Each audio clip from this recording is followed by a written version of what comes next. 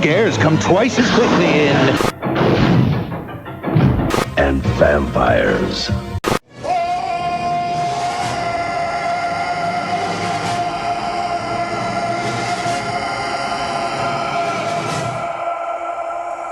Hello, everybody. This is me, Arnold Schwarzenegger. I'm very happy to be here. Let's do it. Okay, welcome to The Hysteria Continues. A very epic intro there from Arnie for this week's controversial, perhaps, pick, Predator.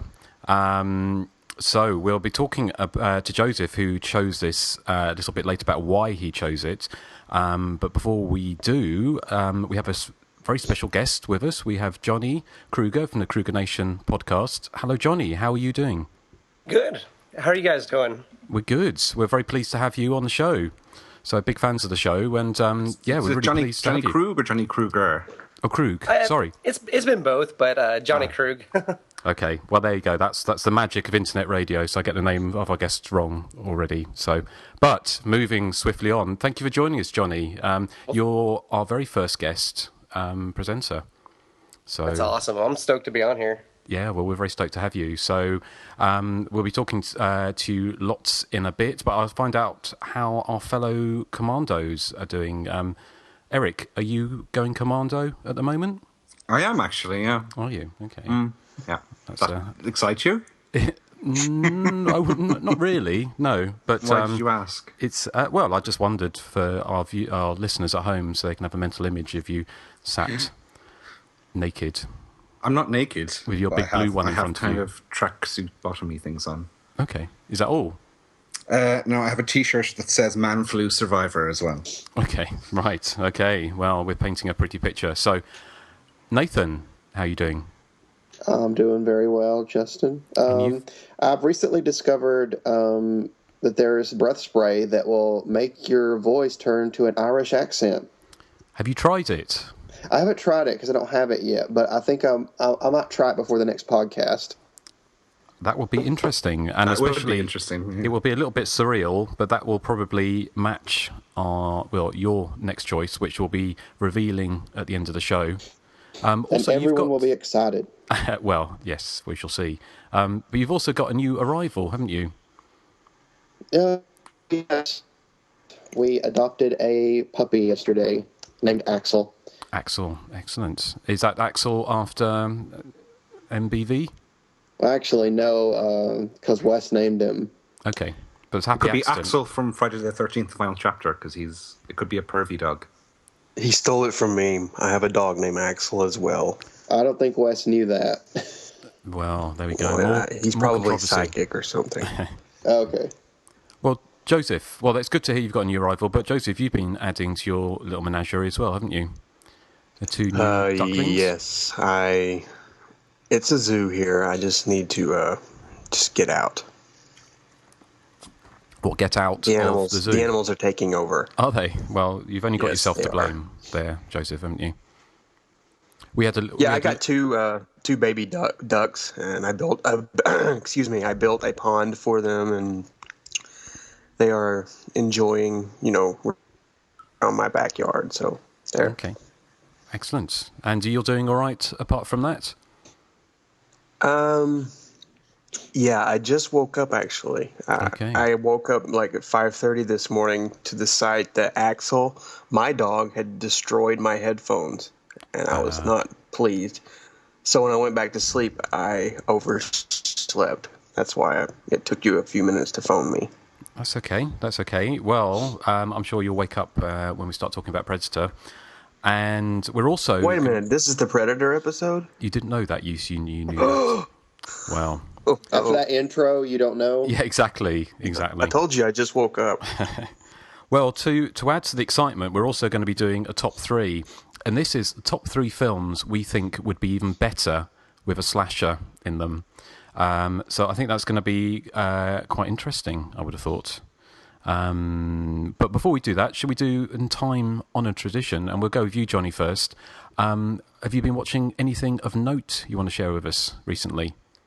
Well, for my birthday that just passed, I got the Scream Factory Burning that just came out on Blu-ray. And have any of you guys seen that? Yes, Like I have. the Scream Yeah. Factory one? Yeah. Mm-hmm. Like the features and everything, they look amazing. They did such a good job with it. Film itself looks great as well. And I was just blown away that it seems like they put more into this one than a lot of the other Scream Factory releases I've bought. Oh, that's good. That's good. I've got mine. Mine should be with me shortly. For some reason, Amazon decided to hang on to it for ages, but I should have it. I got it. Justin. It said, "Please send it, Justin." That isn't That true. old chestnut. That is not true, Joseph. We know because I bought it from Amazon. So, and at least I buy most of my discs, Joseph. Yeah, so Joseph. Hey, So- I buy all my Touche. blue. yeah. Well, Johnny. Well, that's good. Anything else? I'm sure we're One going to. thing I was kind of shocked about is I just bought the. You guys have heard of the Mill Creek Company? Yes. Yes. I just bought the double feature DVD with "Happy Birthday to Me" on it and "When a Stranger Calls." And Mill Creek's not known for having the best quality, but it actually looks really amazing. Is that the Blu-ray? It is, yeah. Yeah, And yeah. I was blown away by how nice it looked. Because hasn't it been Happy Birthday to Me? It's been shown in high definition, hasn't it, on cable or something, or one of the HD channels in the States, I believe. I think so, and I wonder if that's if they just did a complete transfer overhaul of it or something. Yeah, yeah. Well, that's obviously Happy Birthday to Me. That was the very first film we covered, wasn't it, on the podcast? It was indeed. Back when everything sounded very muffled. Yes. And I didn't sound at all. No, you didn't sound at all. You didn't join us, did you, for a few episodes? Well, it was 2011 and the internet had barely That's been when invented. Justin was like, "Who is this Nathan you're speaking to?" I'm like, "You don't hear them." Yeah. Yes. Well, and it's really cheap as well, isn't it, Johnny? I think that is it. You can only pick it up. It was only $5. Is it? You can only pick it up in Walmart, or is it? Can you pick it up anywhere else? Is it? I read it. It's kind of a Walmart exclusive or something. Well, I've seen it in several places, but I ended up ordering it on Amazon because it was always sold out. Okay. But since I've actually got it through the mail, it's everywhere now. Right. Okay. Well, I'm going to have to pick that up. Definitely. Yeah. Definitely. Excellent. Well, thank you, Johnny. Anything else? No, that's pretty much it. Okay. Well, thanks for sharing. Nathan, how about you? What have you been watching? I watched an anthology called The Perfect House. I thought it was going to be an anthology sort of along the lines of Terror Tract. It's basically this couple is interested in this house, and the real estate agent's showing them the house, but, because of full disclosure, like they're learning what's happened in that house, and like it's 3 stories basically. And I just thought these stories would be a little bit more lighthearted. The movie's very dark. It's very grim. And I don't know, I prefer my anthologies to be a little bit more fun. And I mean, come on, the third story in the anthology is a guy kidnaps a whole family because they wouldn't return his weed trimmer. I mean, Right.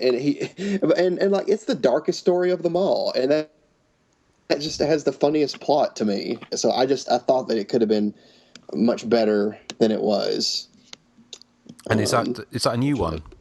Yes, it is. I think it came out. Was it last year? I think. Okay. Has anyone else seen that? I've certainly not. No. No. I've never heard of it. No. Okay. Well, thank you, Nathan. Anything else? Let's see. There was something else that I watched. Didn't you watch that one movie I recommended that I have not seen, Cherry Tree Lane? That was the other one. Yeah, and again, it's much too dark for me.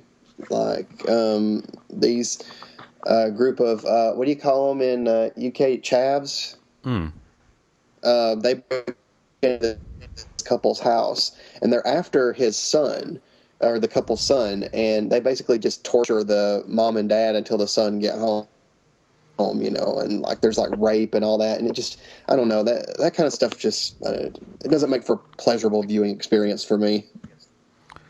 No. Is it as good as Eden Lake? I haven't seen it. Now, see, here the thing is, I liked Eden Lake better because I thought Eden Lake had a like you said, even though the ending, that ending, oh man. Yeah. I'm mad again because that ending. But I understand, like I said, I understand why they did it, and it makes a point. Whereas I don't think this movie necessarily made a point. It was just grim for grim's sake. in my opinion. There's been a lot of kind of chavvy hoodie horrors in the UK. With F, and I think there's a new one, The Block, I think, has come out. I think that one's another kind of hoodie horror. I haven't heard of it. The Block. Yeah. The Block. I think it's called The Block. Have you heard of that, Erik? No. Okay. I've heard of it. I've heard of Attack the Block, which has chavs. It's a sci-fi movie. Yeah, and what was that other one that was? There was one with Talisa and people like that in it. Really? Yeah, wasn't it like a horror movie? I can't remember what it's called now, but it was a slasher movie. It was like an urban slasher movie. Film. But no, well, thank you, Nathan. Anything else? That's it. Okay, great. Well, Joseph, do you want to go next? Well, I haven't really watched a lot, actually. I've been watching a lot of documentaries, but one movie I did watch, I kind of took a bullet for you guys, was Rob Zombie's The Lords of Salem. Ouch. Yeah, And well, how was that? if there's if there's one positive thing I can say, it's probably his least obnoxious movie, because I think I only counted like maybe 6 curse words. I think someone says fuck maybe once in the film, which is kind of a record for Mr. Zombie. And I guess it's his most mature film, but it just didn't really do anything for me. I just found it, first off, I'm not really a fan of like witchcraft and seances and, summoning the devil or whatever this movie tried to, Justin talk about. Yeah, so Justin will probably love it. Anyway, I just found it dull, and the characters are they're not really as obnoxious as they usually are in his movies, but they're so gaudy and flamboyant, and that the whole movie's just basically, over the top and lots of bright neon. It just doesn't work for me. I can understand why a lot of people would like it, because it probably is his, one of his better films, but it just didn't do anything for me. Interesting. I'm curious what Johnny thinks, because I think if Johnny might well know that we're not exactly fans of Mr. Zombie's cinematic output. But what about you, as a fresh voice on the podcast? Well, I mean, as far as Lords of Salem goes, I actually really liked it. I do think it fits in that whole category with movies like The Sentinel and Rosemary's Baby and stuff like that. But I think as far as him maturing as a director and a writer, I think you can definitely see that. But I've always liked House of a Thousand Corpses and Devil's Rejects. I didn't care for the Halloween remake or the sequel, but I also like the cartoon The Haunted World of El Super Beasto. Okay. So I think as long as he kind of sticks with his own ideas or his own homages to other things, as long as he's not directly remaking something, it's usually pretty good to me. Okay. Burn him! We seem to have lost Johnny. Yeah. So, Hey, Joseph, the one thing that I think is really funny is in Lords of Salem, they've actually traded up all of the vulgarities with demons jerking off and stuff like that. Yeah, the one scene where she's basically giving the I don't know what that thing was. It looks like she's giving him a hand job, and she ends up giving a preacher a blow job. Of course, that's a dream sequence, but it goes a little too avant-garde for my taste. And I think Johnny was right. It does remind me a lot of The Sentinel, and I think that's the problem. Rob Zombie really doesn't have a lot to say that isn't a big, homage to someone else. I mean, he's desperately trying to be, Roman Polanski or Stanley Kubrick here, and I just don't really. It's just not my cup of tea. Someone else, I can understand why it would be liked, but it's just not for me. okay, because I did. From what I've heard, it was purposefully kind of like the those Italian movies and the kind of Rosemary's Baby, kind of a slow burn. But I've also heard that he said he's not going to make any more horror movies. So, because wasn't he supposed to be redoing The Blob, but without The Blob? That's what I think that was actually an April Fool's joke originally. Was it? Okay. Well, that would have been something. That would have been something.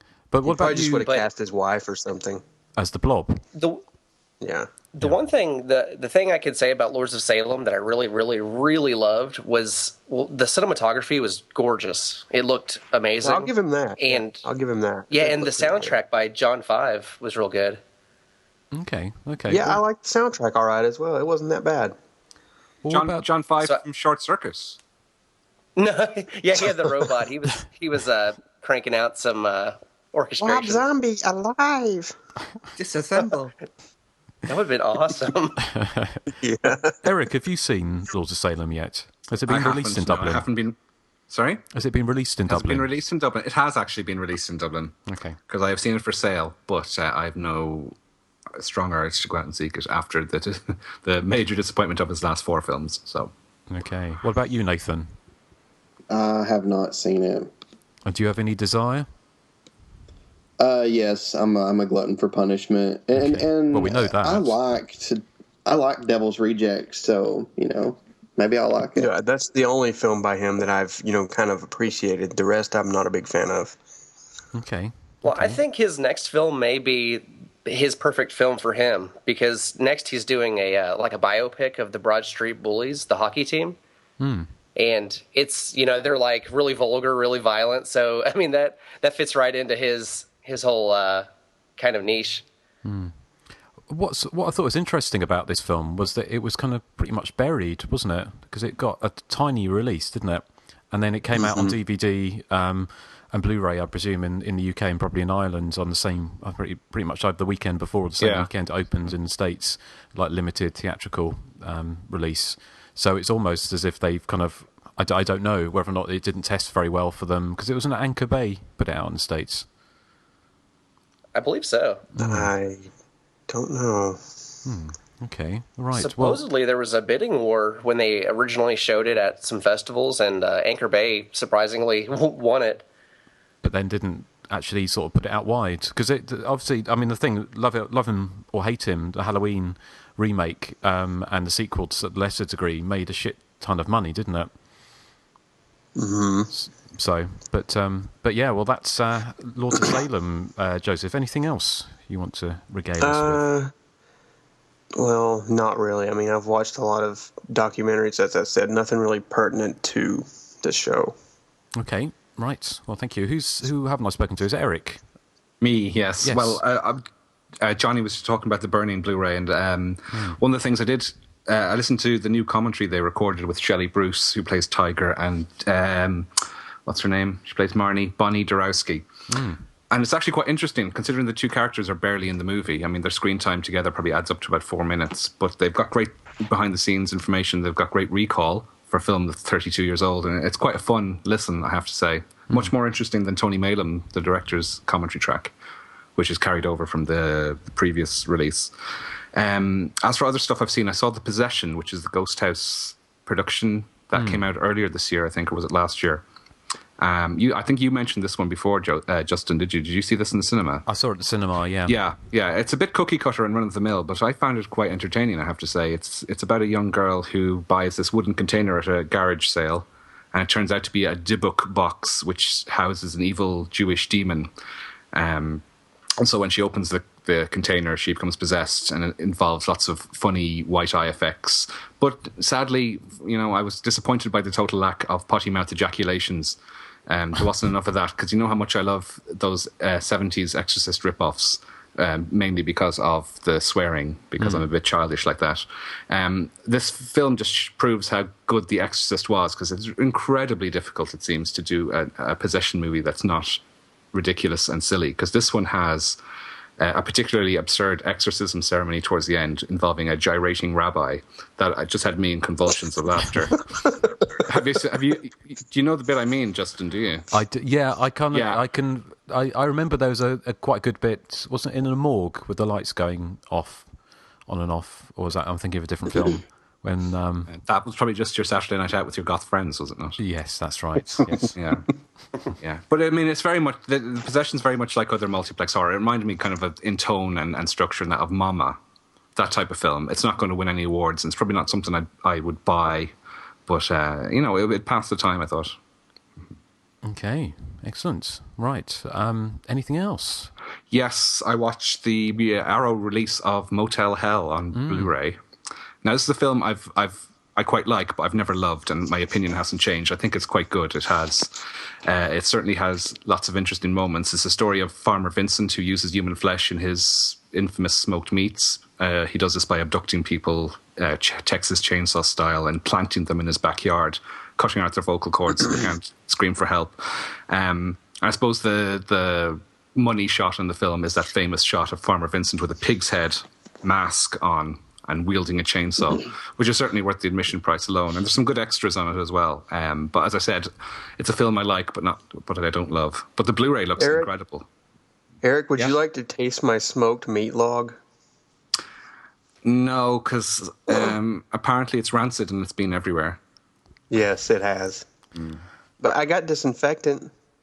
No, I think that's enough to turn me vegetarian or even vegan. Well, it's... So you'll be marching in the streets with Justin then? Yeah. Okay.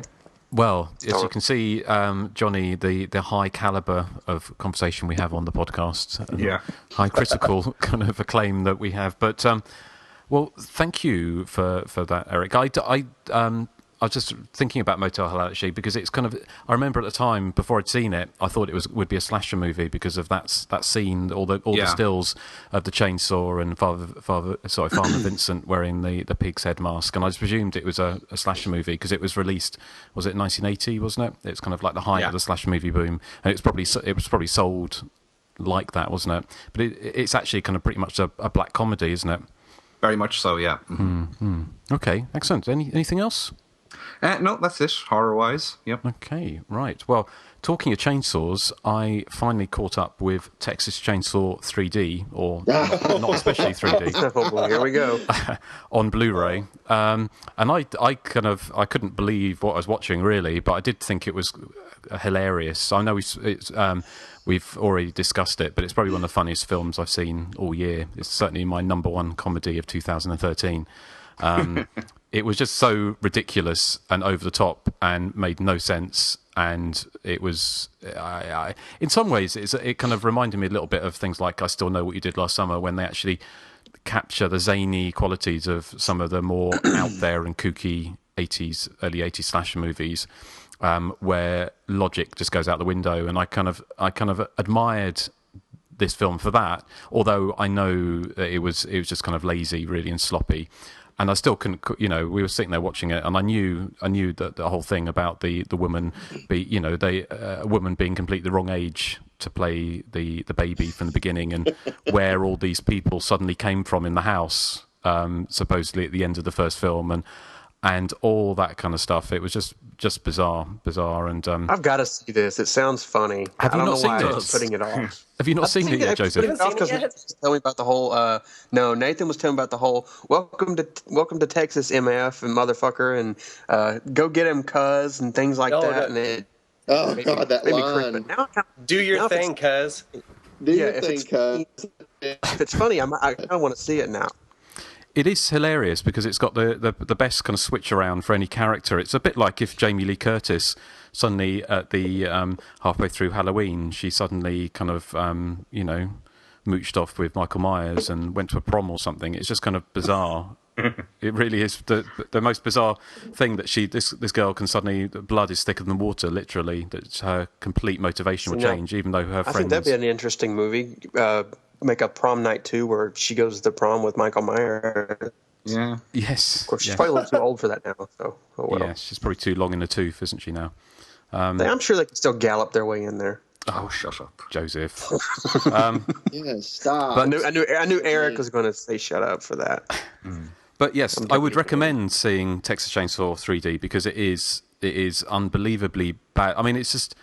It's got Gunnar Hansen is in it at the beginning. Apparently, he plays one of this mysterious people who suddenly, it's like at the beginning it turns into Waco. It's just suddenly they had all this extended family, just pop up. They must have just been hiding in some spare room in the original Texas Chainsaw. What I want to know is it more enjoyable, like on a comedic level, like you could watch it? Because the first remake they did with Arlie Ermy, I found that just so depressing and kind of bleak, and I really hated it. But is it more enjoyable to watch? Definitely. It's more kind of popcorn. It's more like a slasher movie, to be honest. I love the scene in where at the fairgrounds where the girl's being chased by Leatherface, and they kind of run into this fairground where there's loads of people, and this little person in a pig head mask, funnily enough, comes out with a chainsaw from the ghost house, and then duels with Leatherface briefly. And then they're just basically, he's chasing this girl around this fun fair, and everyone starts running around screaming, like with the hands in the air, with like Dana Kimmel guppy mouths. And she goes onto a big wheel, and Leatherface is underneath with this chainsaw revving up, and she's going around the big wheel hanging off it. So that gives you some idea. They're not going for believability or sort of the grittiness of the original, really.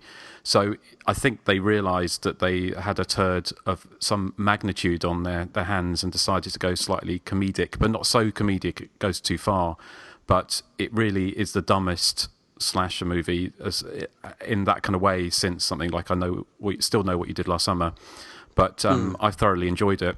It certainly pisses all over the grave of the original, but I'm not too precious about the original, so I didn't mind too much. Which just won a contest at my site.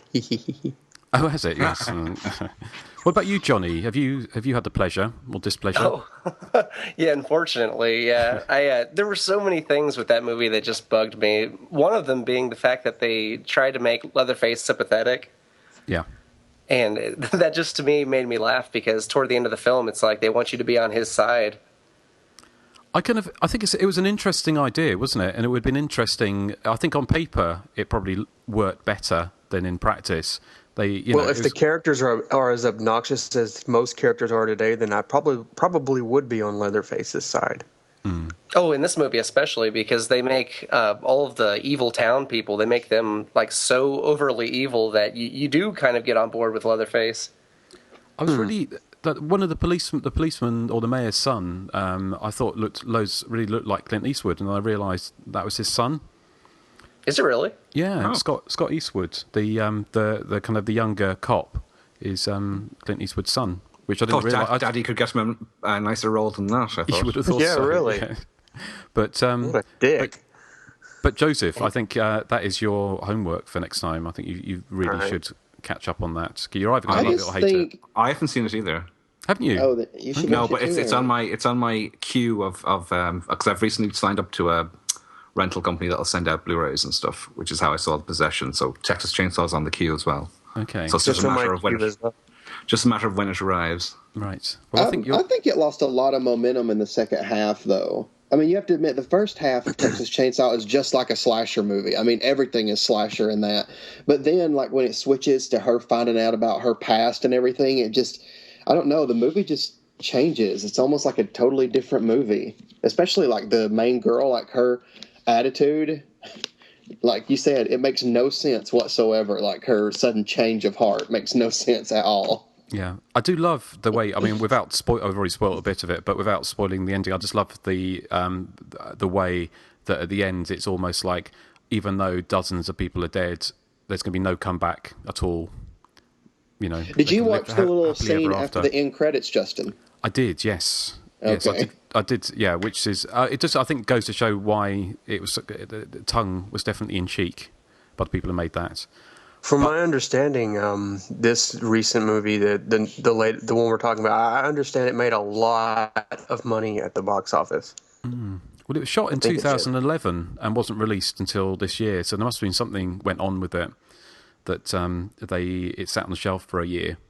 So I think they probably realised it was a little bit of a turd, but putting it bluntly, and it is a little bit. Yeah, when I saw it in theaters, I was with a really young audience, and it wasn't a really good sign because even though it was a packed house on opening night, at the very end of the movie, the audience started laughing. Right. So, I mean, I don't think it, even though it made a lot of money, I'm not sure people really took it seriously at all. Mm-hmm. It's kind of interesting, isn't it, the way that they just kind of read, because they obviously, from what I read, they were going to do 3 films. I'm not quite sure how they were going to work it, but they were going to do like a sort of basically one set in a hospital and other things, and they decided to go for a kind of straight up sequel, because it's actually a sequel, isn't it, to the original? It's not, it kind of ignores all the other films pretty much. But yeah, it'd be interesting to see. I mean, I wouldn't be at all surprised in 4 or 5 years' time they do another remake or another sequel. that's just a way of. It's just like it's basically the modern versions of Frankenstein, isn't it? And Dracula are just redoing these films ad nauseum forever, which isn't always going to be a bad thing. But that was that. And the other film I watched, which isn't really isn't a slasher movie at all, but actually kind of it's something I nearly chose as one of my top 3 list was Heathers, which I haven't seen for a long time. I love that movie. Yeah, well, I remember seeing it. I loved it when I first saw it, and this time it kind of paled a little bit to me, maybe because of over familiarity. I don't know, but I still kind of really liked it, and it's got that kind of cheese value now. Everything looks really dated, obviously, but it's still a really funny movie. I think some of the stuff that worked back in the time doesn't work so much now because we're so far removed from '87 that some of it needed to play at the time, if that makes sense. It doesn't quite have that same resonance it did then, but I did still really enjoy it, and I really liked the main characters, the Heathers characters. And I just found out actually the bitchiest Heather, the one with the blonde hair, who said that why don't you go and eat a brain tumor, actually died of a brain tumor. Yeah, she died of a brain tumor, which is irony for you, isn't it? Mm. That's sad. Yeah, it's sad. That's ironic. Remember, go figure. Do you remember the scene where at her funeral in the movie when one guy says, "Don't let this happen to me because I don't think I could handle suicide"? The actor committed suicide. Oh, really? Yeah. Gosh. So. And how that movie's so dated, so is Christian Slater's career. Spooky. And Winona Ryder. That movie's like very prophetic, isn't it? But I always get sad anytime I watch a movie with Glenn Shaddix in it, the guy who played the priest. Yeah, he passed away, didn't he? Yeah, and his was like a freak accident. Like he just slipped and fell. Yeah, he was actually friends with a friend of mine, like real close friends, and she was like broken up over it because she went to his funeral and everything. And I didn't even know he died. I always loved him in Beetlejuice and stuff. She's like, he died, and now I got to go to his funeral. And she was crying. I was like, he died? That was crazy. That's sad. And he's a great character actor. Yeah, I loved him. There was a documentary on the disc that I saw, and it was from around about it's either around about the time or fairly soon after, or like a little retrospective, but it's still quite old. And they were saying the original script was actually much darker than what they filmed. And in the original script, Winona Ryder, I think she dies at the end, and then goes up to heaven. So, but anyway, they show her going up to heaven. I'm not sure. There was I think she gets reunited with the other Heathers or in heaven, but it was something like I think she gets blown up with the school and everyone dies. So even more of a downer. But that was Heathers. So that was good fun.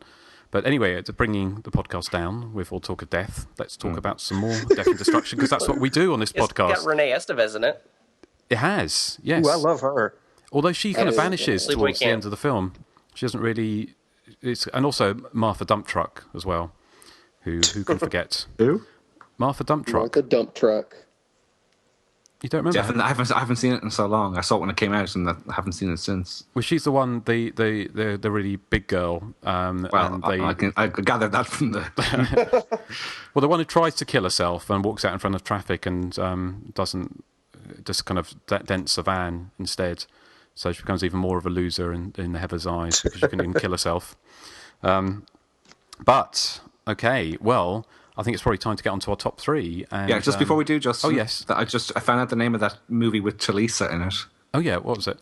Demons Never Die. That's right. Yes, I haven't seen it, but it doesn't look very good. No, but it's a slasher. It apparently is a kind of a slasher movie. But I haven't seen it. But maybe you can take one for the team, Erik. Yeah, I might. Okay, right. Well, our top 3 this time should be quite interesting. It's going to be top 3 films which would have been improved by featuring a slasher. Johnny, as our guest host, I think you should go first. What's your number 3? All right, my number 3, it actually it kind of goes to a dark place the more I think about it, but something about The Sandlot, the kids movie, makes me think that it would be just a lot more fun with a slasher in it. Is that because the whole movie, they're so scared of this dog and this guy that lives in this house, but What if, they had that little twist of the kids disappearing because this guy's really a serial killer? I haven't seen that film. Is it the Adam It's kind of Sandler interesting. one? I've never thought of it like that. I like The Sandlot. I love The Sandlot. There too. Eric, have you seen The Sandlot? I haven't, no. Wasn't that released in the 90s? In 93? Yeah, early 90s. Yeah, I would have been too old for that. Yeah, Would you? Childish things. Oh, boo. Well, you're not too old for You're them not now. too old for it Eric, are you? now. Yeah. It has, if you've seen there was a slasher film a few years ago with Dark Ride with the main kid in it. Yeah, the Patrick right. Renna, the fat ginger kid. Yeah. Yeah. I kind of remember liking Dark Ride. So did I, yeah. Yeah, it was kind of fun. I did too. You haven't seen it for years and years and years, but well, thank you, Johnny. That's a good one to get started with. It's a shame I haven't seen the film, otherwise I'd comment on it a little bit more. But let's see what Erik comes up with his number 3. Okay, my number 3 is a film I really, really detest, but everyone seems to love. It is Disney's The Lion King. Okay. What I think is that I sat there and the music was awful. The saccharine sweet Disney storyline was really cloying and getting on my tits. So if a slasher element was introduced, it at least would probably distract me from the Elton John songs, if nothing else.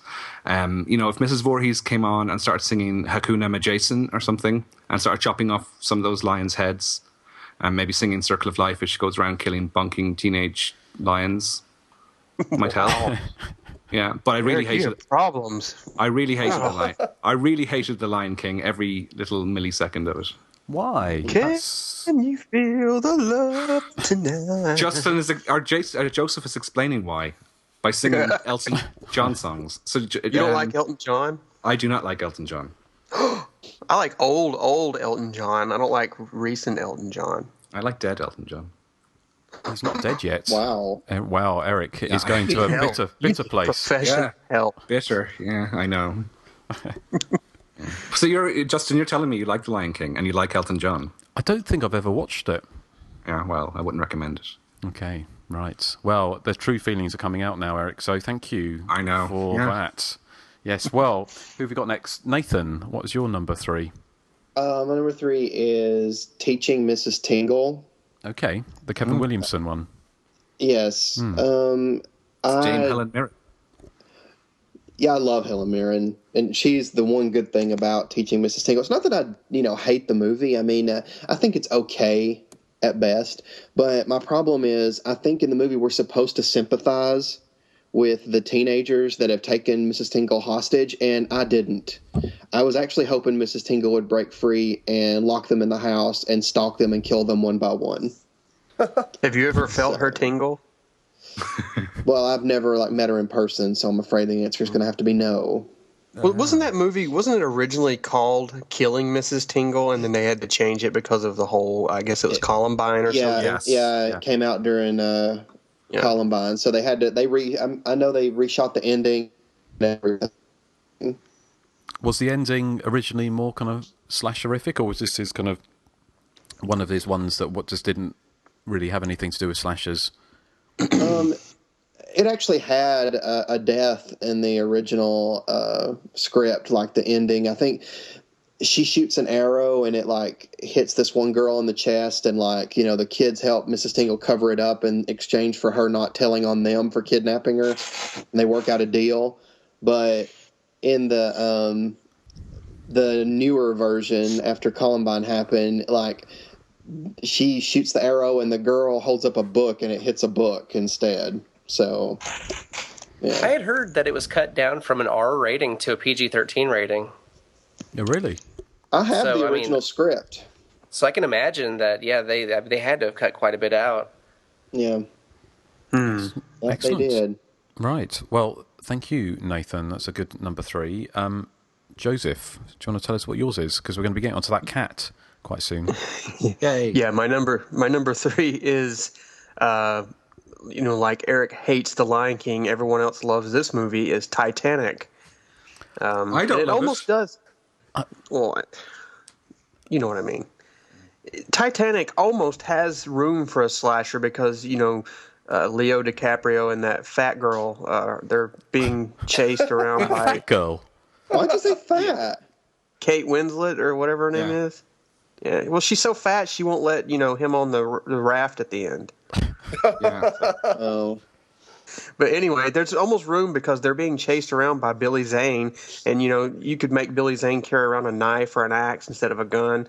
But I just felt that there were so many moments in this gooey romantic movie that I hate, where they could have been being killed and stuff, and as the ship is sinking, the slasher is still at work. Or like the scene where they're making love in the I guess it's the old car, and the windows get all steamy, and she presses her hand against the window to show the throes of passion. I thought that would have been more fun if it would have been like a bloody handprint because someone is killing her.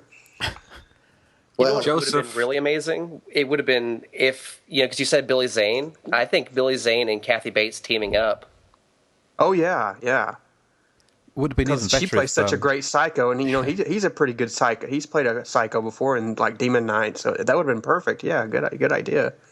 Just imagine if Billy Zane's wig, his toupee, went postal at the end and attacked everyone. That would be good. Yeah. Was Billy Zane the psycho in that one with Nicole Kidman on the boat? Sam Neill. Deep Calm? Yeah, Deep Calm. It's Billy Zane. Yeah. So he has a back catalogue of psychos on both. He's a pedigree for playing a psycho, so he would have done a good job. I like Billy Zane. He's cool. Yeah. Joseph, please don't ever use the phrase "making love" again, because I hate it. Do you really? Yeah. You've never made love, Eric? It's a disgusting term. No wonder you want to kill a bunch of lions. You're just a sad old man. Mm. Oh. Shagging is the correct term. Fine, I would have said fucking, but I don't want to be like Rob Zombie. Yeah, I think Making Love was retired with Mrs. Voorhees back in '80. Yeah. Well, you have to say Making Love in Titanic because it's all for the ladies. Oh yeah. They don't want their guy to say fucking and getting it on and oh yeah. Things. Oh, don't say that. Yeah, I'm sorry. I can't do that. Yeah, I can't. I'm sorry. I take it back. Got you into trouble last time. Right, well, thank you very much, Joseph. I shall quickly move on to my number 3, and I've got quite a few to choose from, but I think I'm going to go with another Leonardo DiCaprio movie, and I got strong-armed into going to see The Great Gatsby at the cinema. My condolences.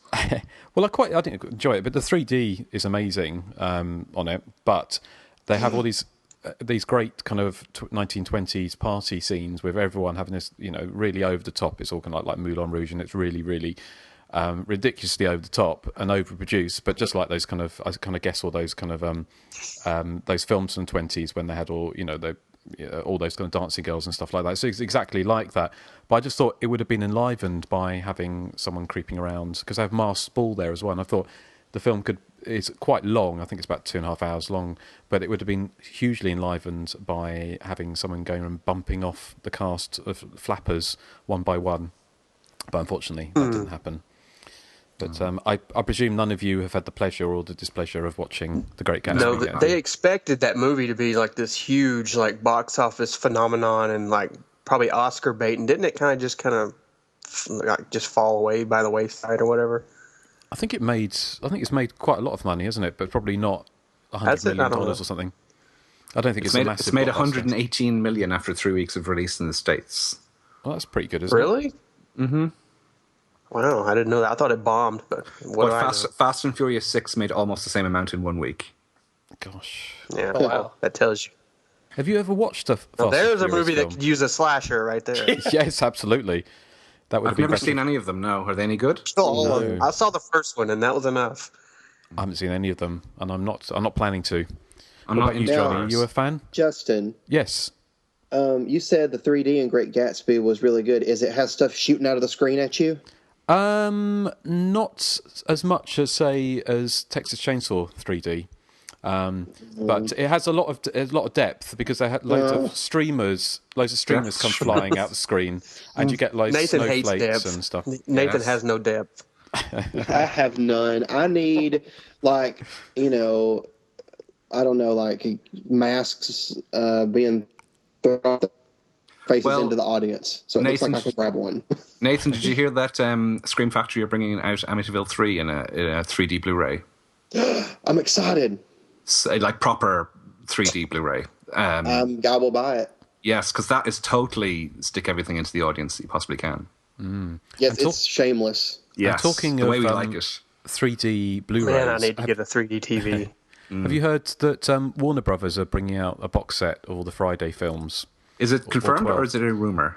I think it's confirmed. Apparently, Warner Brothers said on one of their forums that somebody said, I really hope you're going to bring out the rest of their Fridays on Blu-ray, or 4 and 6 or whatever it was, or 5, 6. And they said, well, you might be getting even more than that. So it's been... Well, unless it's uncut, I'm not buying it because they've released like 25 different versions, and none of them have been uncut. I just want all the movies with the gore intact. Yes. Is that so much to ask? Well, if you recall, I interviewed Martin J. Sadoff for Graduation Day back in the early days of Hysteria Continues, and he told me off the record that Paramount, it was at the time, were working on a 3D Blu-ray of Part 3, which never surfaced, and that's now 2 years ago. So maybe it is on the way. Yeah. But it doesn't really, unless they release it in over here, Justin, we'd have to purchase another Blu-ray player. A multi-region I thought that 3D Warner one. Brothers now owned Part 3. I don't think Paramount owns it anymore, do they? Yeah, I know. No. This was 2 years ago when I was chatting to Martin J. Yeah. Maybe they just sold it to Warner Brothers then. But the fact is that Warner Brothers, I don't know if they've got this same kind of morals clause kind of thing that Paramount do. I don't know if they're quite as squeamish about putting, and whether or not they'd actually put the time and effort into, trying to dig out uncut versions of parts. Well, most of the films were cut slightly, weren't they? Yeah. So. If they do release all of these uncut, I will actually buy this on the first day of release. Gosh. So would I. Yes. Yeah. Well, there you go. That's they were telling Warner Brothers, but I think we should move on to Johnny. Do you know what's coming next? Oh yeah, so stoked for this.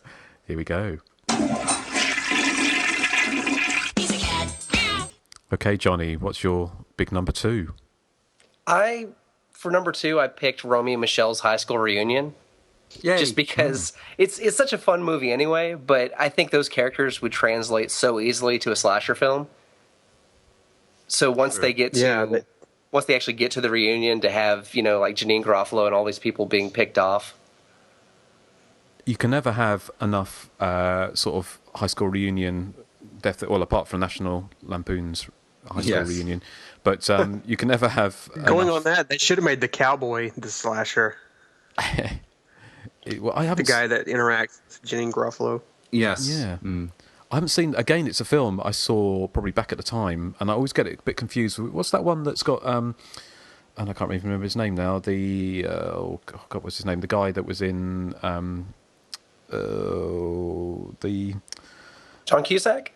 Yes, that's the one. Yeah. What was that? What was that film? Grosse Pointe Blank. That's it. Because that was a kind of similar time, wasn't it? And this kind of similar thing. Mm-hmm. It was a high school reunion. I think they're quite different movies. If I'm quite honest. Yeah, Grosse Pointe Blank's a little more dark. It's a lot darker than.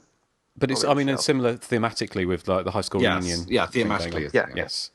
But I don't remember. I remember one of them's got a Susie song in it, hasn't it, Eric? That's probably Grosse Pointe Blank. The beat are in it as well. And there's Faith No More, and it had a pretty good soundtrack. Cool. Oh yeah. Yeah, because Romeo and Michelle got Howard Jones and Cyndi Lauper and... I love Howard Jones. So I love Cyndi Lauper. Yeah. A bit of a B-list soundtrack. Yeah. You know who they could have made the slasher in Romeo and Michelle? Who's the guy, the mechanic that she's pretending to sleep Ramon. with? Ramon. Yeah, Ramon. Oh, Ramon.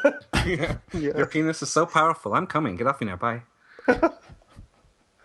Well, that's a little clip for the end of the show, Eric. Thank you. It's a line of dialogue from the movie. It's one of my favourite movies. It could be taken out of context. Well, they won't know that at the end of the show because of Justin's editing. Yes, I'm just making a little note where that is on the thing. So Justin. 50 minutes, 55 seconds. Okay. I have to say, though, before we move on, that I've always loved the scene where they go to the diner and they just ask that diner waitress, do you have a business women's special? Because we're looking for a special for business women. And she goes, what kind of business are you in? And they don't even know. They can't answer because they didn't decide what their business were. Oh, it's a movie I love for many reasons. Well, Johnny, is there anything else you want to say about your number 2? No, that's all I've got. Excellent. Well, thank you for that. Eric, I think it's your turn to have a little bit of pussy. Okay, Eric, what's your big number 2? Okay, released the same year as The Lion King, and a film I loathe as much as The Lion King, and a film that everyone seems to love as much as The Lion King. It's Forrest Gump. How this self-indulgent mess managed to win so many awards is kind of beyond me. I hated every last second of it, and one simple ingredient would improve it tenfold, and that would be Michael Myers chasing Forrest Gump around the world. Because I haven't seen it since it was released, but doesn't he go on this kind of running spree around the world at one stage? Yeah, at one point. And I was thinking maybe the reason he runs is because he's running away from a psycho killer. And then one even better, Eric, is instead of having Tom Hanks as Forrest Gump, maybe it's the slasher who goes through all these scenarios. Interesting, yes, maybe. Yeah. I was just thinking that maybe Forrest Gump could evade the killer through, coincidental circumstances caused by his stupidity in a kind of similar way to Frank Spencer and that. But I would insist on a shock ending where Forrest Gump meets an untimely end and gets his head chopped off or something, and then the credits roll. That would make a very satisfying movie. So kind of like the end of the deleted end of Friday 13th Part 3. Yes, exactly. Yes. And I was thinking that maybe this is the episode where we really realize that Eric has emotional problems. I do. I was thinking maybe the box of chocolates monologue at the start could be a dream sequence like in Dressed to Kill, and then a hand comes out of the box of chocolates and slashes his throat. Good grief, Eric. Eric. I think. Don't worry, I have some hatred for that movie. Don't worry, I can assure you, my number 1 is a film I don't hate. So, okay. Yeah. Well, our next guest on the show is going to be a psychologist. Yeah. But of course, Tom Hanks has got the links, hasn't he, to the slasher movie? He knows you're alone. Yes. Yeah. And Splash. Splash. No. Which is linked to Daryl Hannah, who's in Final Terror. So yeah, The Birds is kind of a slasher film. Yes. Mm-hmm. One of your favourites, Johnny, I believe? Oh, it's my all-time favorite movie. What, Splash? I watched it again. No. I love The Burbs. The Burbs. Oh, The Burbs. Great right. movie. Splash is a good movie too. It is. Yeah. Right, Eric. Well, okay, we'll leave you to go into therapy as we go over to Nathan for his big number 2. My number 2 is Jawbreaker from the late 90s. To me, this movie could have so easily been a slasher movie. I mean, it's got all the ingredients, an accidental death at the beginning of the film, and the people responsible decide to cover it up rather than coming clean with the police. And I'm just like, all you got to do is just add 1 year later and the girls responsible getting notes and getting picked off one by one. I think they did make that slasher. Yeah, they did. No, it's the formula's there. They could have just followed that formula. I know what Jawbreaker did last summer. It has Rebecca Gayheart. Yeah, it does. Mm-hmm. And she, as we all know, was in Urban Legend with Rose McGowan. hair. And Rose McGowan with Scream. Mm-hmm. She kissed Marilyn Manson. Ew. And she did more than that. Then she married him. Yeah, I know. So she did more than kiss, I'd say. Ew. Aren't they still married, or did they divorce? Or No, they divorced back in the late 90s. Oh, okay. God, Joseph, you've really got your finger on the pulse of popular culture, haven't you? Do I? You don't work for Heat. At least I'm not psychotically unhinged like Eric. Hey, that is true. Unhinged. That is true. I have seen And the movie also Jawbreaker, features but Carole King. Carole King. Who? Oh yes. Oh, she's a teacher in it, wasn't she? Carole King. Kane. Oh, sorry. Mick Hucknell. I think you said Carole King. I was like, wow, from Tapestry to Jawbreaker. PJ Souls is in it as well. Yes, she is. Mm-hmm. Wow, so it has a lot of ties to slashers. Yes. Excellent. It's a good movie. I remember liking it. I haven't seen it in a while. I like it a lot, actually. I don't remember it that well. I remember, what was the other one with Kirsten Dunst? Drop Dead Gorgeous? Spider-Man. Yeah, I remember that more. No, Drop Dead Gorgeous is Spider-Man. amazing. Yeah. Yes, but that could have been a good slasher movie, couldn't it? I'm sorry. Go ahead. Dead Air. Thank you, Nathan, for your number 2. That was a very good one. But Joseph, let's see if you can top Nathan.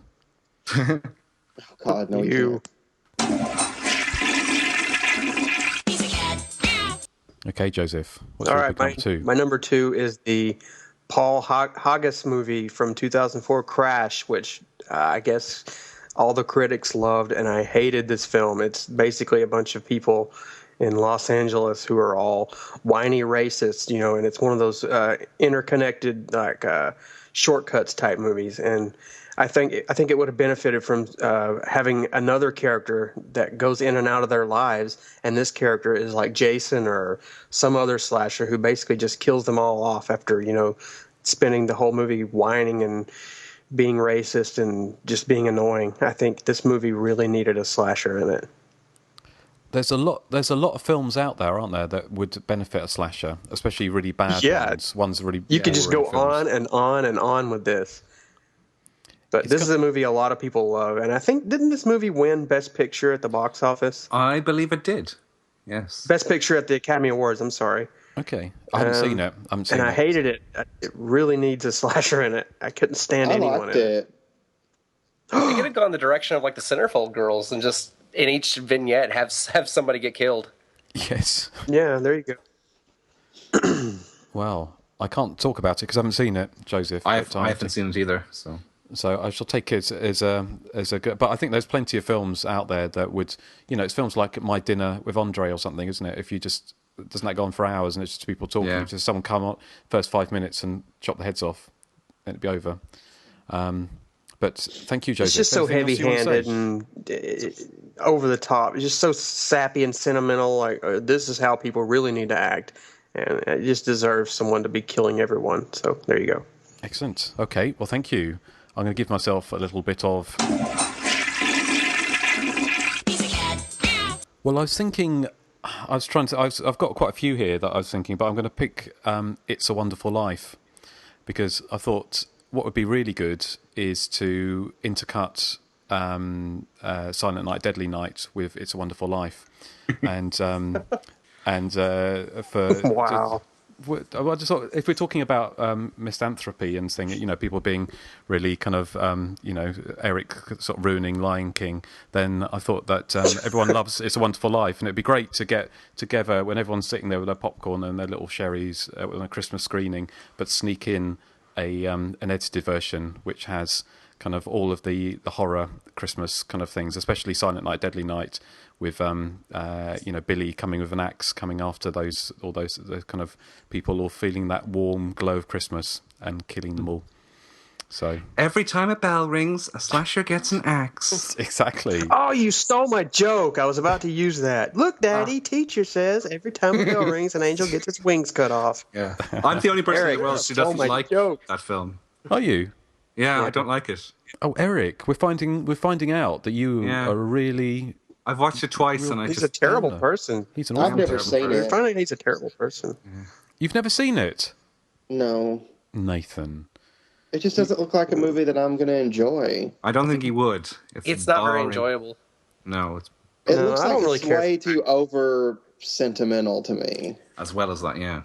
I've got no. A lot of those movies from the 30s and 40s were. I would love to see Jimmy Stewart decide that he has no reason to live, but then just turn on everybody and start killing them. Yeah. Grace, there's a sinister-looking man trying to kill me. Yes, well, there we go. That's our kind of our twisted worldview. So, fuck you, Christmas. And did we talk about that? It was a porn remake, wasn't it? We talked about that, didn't we? Was it Tits, A Wonderful Life? I haven't seen it, but I heard they did that. Yeah, well, we're going to go on to our big ones now. So, Johnny, what's your number one? My number one would be The Breakfast Club, because as much as I love this film, I think it has so many opportunities to introduce a killer into it. Especially with once they start getting into their personal lives and how many people have fucked up problems. I think they would be perfect, wouldn't it? Definitely. Especially when they're running around the school and stuff and sneaking out, there could be a killer after them and stuff like that. Oh, absolutely. And there would be so many suspects, so you have all the red herrings. But in the end, I think having Molly Ringwald's dad be the killer because she has the most perfect life, I think that would be... the kid that Emilio Estevez humiliated. Yeah. Yeah. That's actually even his better. modus operandi could be, taping their butt cheeks together before he kills them. The Breakfast Club's actually on in cinema in Dublin this afternoon at 3:30. Is it? I would have gone, except I had this commitment. Yeah. Oh, poor Erik. Yeah, they've got a John Hughes. Maybe that season. would kind of help you, not be so mean and brutal. No, it was on. You It was. should've went to They showed it on Wednesday as well, but I was too lazy to go. So. Okay. Well, Or at the end of the movie, Judd Nelson, when they do that freeze frame with his hand in the air, if he's holding another arm. Oh, cool. that'd be great, wouldn't it? Yeah. Carl Weathers' arm. Yeah. Good one, yeah. Wow. Well, that's a great number one, Johnny. So thank you for that. Who have you got up next, Erik? What's your number one? Well, yeah, my number one is not a film I hate. It's a film I quite like, but I don't love it at all. It's Home Alone. Okay. And I think Home Alone is kind of a horror film as it is. It's a remake, if you like, of Friday the 13th Final Chapter. Would anyone agree? No, didn't think so. No. Macaulay Culkin as Tommy Jarvis, and then Joe Pesci and Daniel Stern as two Jasons instead of one. Or it could be like Nightmare on Elm Street with Nancy setting all the booby traps for Freddy. So you have Macaulay Culkin setting all the booby traps. Or it's quite like Predator, actually, now that I think of it. Well, they do have that bit where the kids looking out the window at the neighbor, and they call him the South Bend Shovel Slayer. I don't remember that bit. You remember that? The nice old man? Yeah. The nice old man. They call him the South Bend Shovel Slayer because they think he killed people. Yeah. Yeah. Well, I mean, and as in Predator, Macaulay Culkin's setting all these traps. So Macaulay Culkin is kind of like Arnold Schwarzenegger when you think about it. Wouldn't you agree, Joseph? Yeah. No. They look identical. But the Tom and Jerry style violence in Home Alone could be sort of slightly turned up a notch to turn it into a slasher movie, maybe. I thought like the paint can that swings down the stairway could have been like an axe. Yeah, exactly, and lodges in his face. Yeah. Don't they almost do that in movies. that? Is it Scream for Help, the Michael Winner film? That kind of almost goes to that level. I think this is a scream for help for Erik.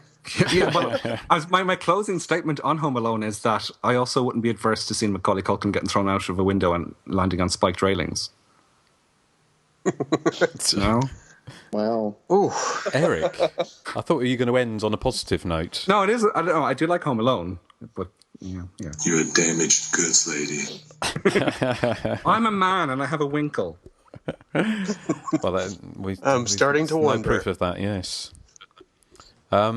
Okay, well, thank you, Erik. We're all a little bit scared of Erik now, aren't we?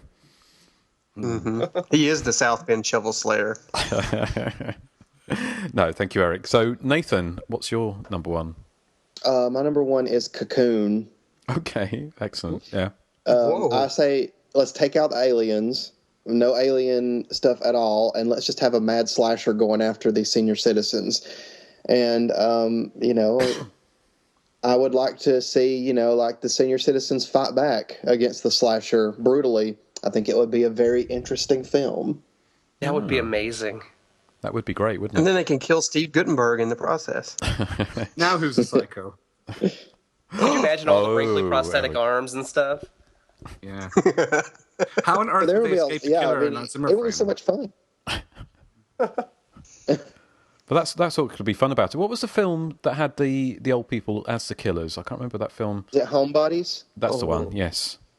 Because that's the other way. Would be good. Wasn't it Alone in the Dark? A bunch of old people. I haven't seen it yet. Yeah. It's all the escaped older mental patients. Mm. Yeah, I still have not seen that movie. I'm ashamed to say. I think You that's should be Alone in the ashamed. Dark. Yeah. Okay, that'll be my next homework. I will watch that this week. Finally. I haven't seen Homebodies. Is it any good? I loved Homebodies, but it's more Yeah. It's not really a slasher, is it? comedy It's than got- a horror movie. Yeah. But it's got what's her name? Is it Ruth Gordon from Harold and Maude? Is it Ruth Gordon? I don't think Ruth Gordon's in it. Wasn't she? She's not in I don't think Homebodies? so. I thought she was. No. Oh, wait a minute. Wasn't the killer? I'm looking at the cast. Wasn't the list here. killer in what's that movie we covered? Movie House Massacre. Wasn't he geriatric? He was. He kind of dotted around, didn't he? But see, the beauty of having Cocoon is you have an old person going after other old people. So the old people have to fight back. See, you could also make Wilford. You can make Wilford Brimley the final guy. He could kill him with his oatmeal and his mustache. And his diabetes. He has diabetes. I was just picturing like a final girl, whereas the killer's after her at the end and she's having to use a walker to get away. Let's be the final chase scene. You know what? A good blending technique for the killer would be to put on the old hag mask from Curtains. Yeah. Oh yeah. They And just then did. they Yeah. take off the mask and they look exactly the same underneath. Yeah. 'Cause they're- But that'd So be why great, wear the wouldn't it? mask to begin with? I think we should look at making that. That should be your next film, Nathan, because you could have an old people's home where there's all it could be called something like Coffin Dodgers, couldn't it? And the killer's Film it dressed at as the your Grim grandmother's Reaper. house. Sorry? You can cast his grandparents in it again. Well, yeah, because you could have the Grim Reaper coming after people at an old people's home, and they're kind of trying to get away because The killer, that would be his outfit, a Grim Reaper, and he'd be using a giant scythe. Yes, at an old people's home. I think that would be Yeah. that should be your next film, I reckon. And you got to have the shoe rack this time. Yes, It's dead. What do you want from me? It's gone. it can come back. Buy another one. I have to buy another one. CGI. Yeah. So CGI the shoe rack. yeah. Right. Okay. Well, thank you very much, Nathan. That was a very good one. What about you, Joseph? What's your number one? Well, my number one is Rock of Ages, which has Tom Cruise and Alec Baldwin and a bunch of other people I don't really like. It's a musical, and I hate musicals. And I was subjected to this movie not too long ago. And it's basically these people that own this nightclub. They're going to put on this big rock concert to save it. And the whole movie is like song and dance. And I hate that. I really hate that. And there's a lot of chances for, them to be trapped in this nightclub while they're trying to save it. But at the same time, there's a slasher in there. It's like, these people deserve to die, and this club doesn't deserve to stay open. So he starts picking them off one by one. And every time they open their mouth to start singing, he cuts their throat. That sounds good. That sounds good. I mean, and another problem with this movie is that they redo a lot of the old '80s like power ballads and hair metal songs. Some of the songs I actually kind of like, but they get these people to sing them and they have a lot of studio interference so to make them sound good, but it still sounds terrible. Like Tom Cruise singing one of those Guns N' Roses songs is like very ear shattering. Or he sings Bon Jovi's "Wanted Dead or Alive." I think I don't remember, but still, it makes the hairs on my neck stand up. So, just throw in a slasher. Yeah, it is terrifying. Throw in a slasher, kill them all off, and the movie would have been a lot better. Didn't it bomb at the box office? I believe it did. See, my better half, she loves this film, and I told her that I was going to pick it as my number one, and she was flabbergasted. And not in a good way. No. She said, how could you say that about Rock of Ages? Well, Justin, you were upset as well because they murdered all your favourite 80s classics, didn't they? What, Guns N' Rock of Roses Ages? and Europe and Bon Jovi. Eric, that wasn't my 80s, was it? I think it is. I've seen pictures of your mullet from the 80s. I think it was your 80s. No, I wasn't. At least his mullet wasn't standing on top of his head. I was new romantic and new wave. I wasn't hair metal. Yes, so you say. Mind you, well, I mean, Toya... Eric had a rat tail. Did you have a rat tail? No, I didn't, no. Yes. But imagine if they did like a Rock of Ages with Toya and Nick Kershaw and Kajagoogoo. Well, I would watch that. I thought you probably would, yes. So, Joseph, anything else you want to say about Rock of Ages? I think it's a very good pick. Fuck you, Rock of Ages. Okay, thank you. Well, on to the final one. My number one. That was a very in-depth criticism of the film there. It was. Yes. It was very in-depth. My one, I had a double tie. I was going to pick Xanadu, which I thought... In a good way or a bad way? Well, I just thought it'd be great at the end in the roller disco where they're going round and round and round the roller disco that Olivia Newton-John grabs an axe and just goes on roller skates. If the movie you pick for number one isn't the movie I'm thinking of, I'm going to be very disappointed. So what is your pick? It's Dirty Dancing. Oh, I thought you would have. I thought you would have picked St. Elmo's Fire. I was thinking Roller Boogie. Yeah. Well, the reason I picked Dirty Dancing... St. Elmo's Fire, how much you hated it. Well, let's go. Yeah, no, I did. Yes, I didn't think of that one, but I should have done. But before you gasp too loudly, Eric, I'm not picking it because I hate the film, although that's part of the reason. It's because it lends itself. It's kind of like at summer camp. You got loads of teenagers. You got annoying songs, annoying actors and actresses, and it would have just so suited a killer turning up and putting baby in the corner and then chopping a head off. Where exactly were the annoying characters and the annoying songs? Throughout it. Well, actually, the songs weren't too annoying. It was just, Baby better live in this version, or else I'm never speaking to you again. The killer could carry a watermelon. Yeah. Kill people with a watermelon. Exactly. Nobody puts Jason in the corner. Yeah. Well, I just thought it'd be great. Like the wind, It'd be great if they, in that scene when Patrick Swayze's holding her up in the water.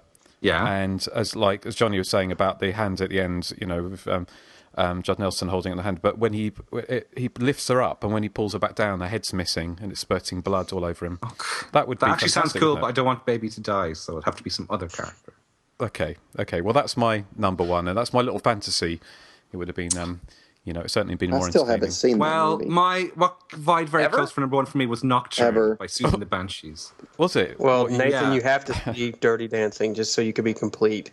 Yes, I'd be Well, I mean, interested. I will see it eventually. So putting Johnny on the spot, what's your view of Dirty Dancing? I actually haven't seen it since I was a little kid, but my sister, Grease, Dirty Dancing, Steel Magnolias, Beaches, all these movies I was subjected to so many times as a kid that I haven't gone back as an adult to watch them, so my memories aren't very, very fond of them. But, I mean, I may kind of appreciate them nowadays, but it's been so long, it's hard to say. Well, that's a very diplomatic answer, Johnny. I remember Any the movie movies with more than anything. Yeah, any movie with Julia Roberts deserves a slasher. Yes. I Steel almost Magnolias picked would've Steel been a good one. Magnolias for one of mine. I did, but Cocoon. That would have been good. Or Meg Ryan as well. Yeah. Her duck lips could kill people. This is going to sound very awful of me and probably worse than Erik cutting off lions' heads. But in the movie Sleeping with the Enemy, did anyone else find some kind of satisfaction when Patrick Bergen beat the piss out of Julia Roberts? No, I did not. Why? Why would you get satisfaction out of that? Yeah. Joseph, you're a Because I hate terrible her, person. and I don't because I remember hate her. that scene. I remember a scene where there was a guy beating on a prize horse. I don't remember that. You know what he's saying. Yes, Joseph. Yeah, I know what he's saying. Yeah, out of all You're people, all getting Joseph. mad at me for making fun of JLC, so I'm retiring my horse jokes. Okay, well, on that bombshell... Although I don't find it very fair that I get chastised for making fun of her, and yet Justin is able to call Dana Camille a guppy. But that's Well, true. he doesn't call her a Blah, blah, guppy. blah, blah, blah, blah, blah, blah. I say she's got a Acting like guppy one. mouth. It's her mouth Yeah. going See, flapping. I've met Dana Camille, and she's so nice. I haven't met Jamie Lee Curtis, and I've heard some horror stories about her. Yeah, she gets one too many Activias in her, and it's over. It's messy.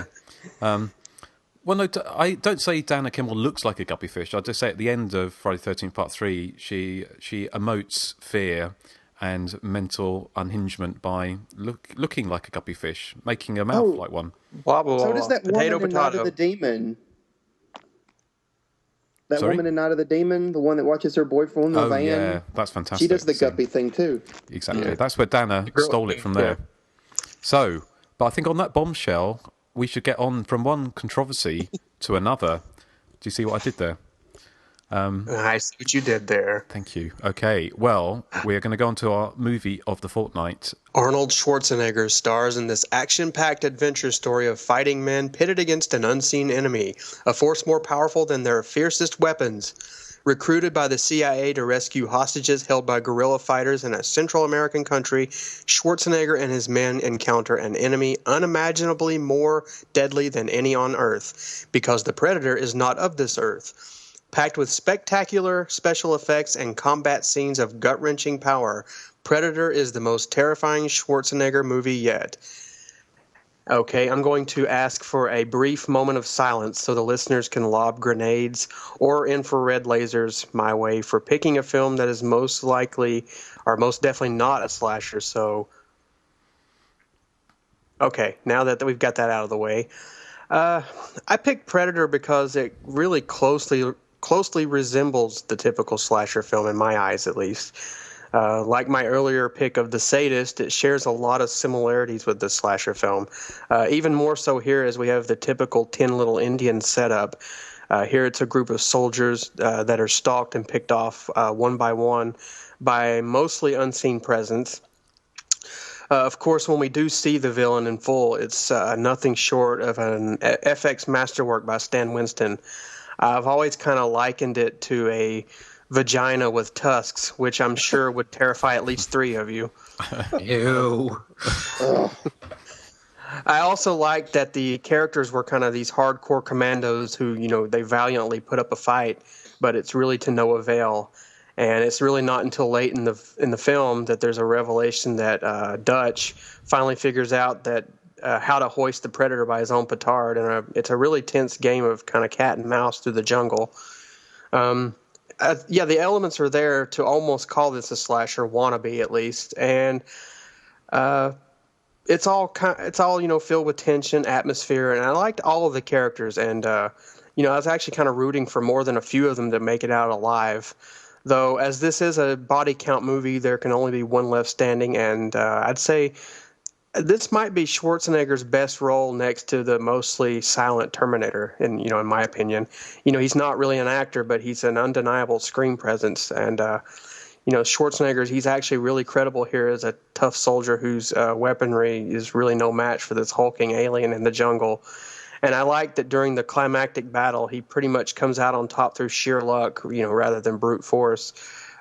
Predator also boasts a rather kind of ambiguous ending that kind of plays against type of the typical Schwarzenegger action film of, hurrah, hurrah, the good guy wins. And in that, by the final scene, he's pretty much left in a psychological, shambles. But, I'll kind of stop for now because I have a lot more to say, but I'll turn it over to our guest, Johnny. As far as Predator goes, I've grown up with this movie, and I've always kind of seen it as a horror action film, but until you invited me on the show, which as you guys are known for slasher movies, I never really viewed it that way. And going into it this time to watch it, with all of the POV shots, with the Predator watching them and stuff, I was actually trying to pay attention to those elements. That way it kind of clicked with me more. And it definitely does have some moments in this movie where, even though I don't see it as a straightforward slasher, I think it definitely has a lot of elements that are there with slasher films.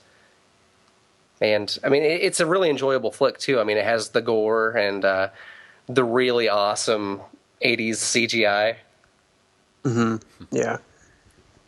But, especially the POV shots of the Predator, the wow. It just reminds me a lot of those, Cropsey looking beyond the bushes in the woods, and the killer in Honeymoon Horror, pulling back a branch, things like that. It really reminded me a lot of that. And I really thought, the horror element's definitely there, with the mimicking of voices and things like that. Like, that stuff has always been creepy to me. Even now watching it, it adds that element of it's unsettling. But okay. that's pretty much all I have for my basic opinion of Predator. Okay. What about you, Justin? Me? I'm trying to. Obviously, I can understand why you picked it, and I can certainly see, as Johnny said, there are certainly parallels to the slasher movie, and I think it's on I actually picked up the Blu-ray of it, because it had like loads of extras for £6, and on one of the extras it's got Robert Rodriguez, who obviously directed the remake, or the latest sequel, Predators, and he said he actually picks out the slasher movie comparison. He says it's the second half of the movie is like a slasher movie, but he differentiates it by saying it has characters that you like. And certainly I don't know, I've got mixed feelings about it, because I think I enjoyed it, but I don't. It's not a film that I particularly go back to very often, I don't think. It reminded me a lot of, obviously, the 80s action movies, because it is essentially an 80s action movie. And it was just all those scenes at the beginning of all how many shots could you have of people flying out of exploding turrets?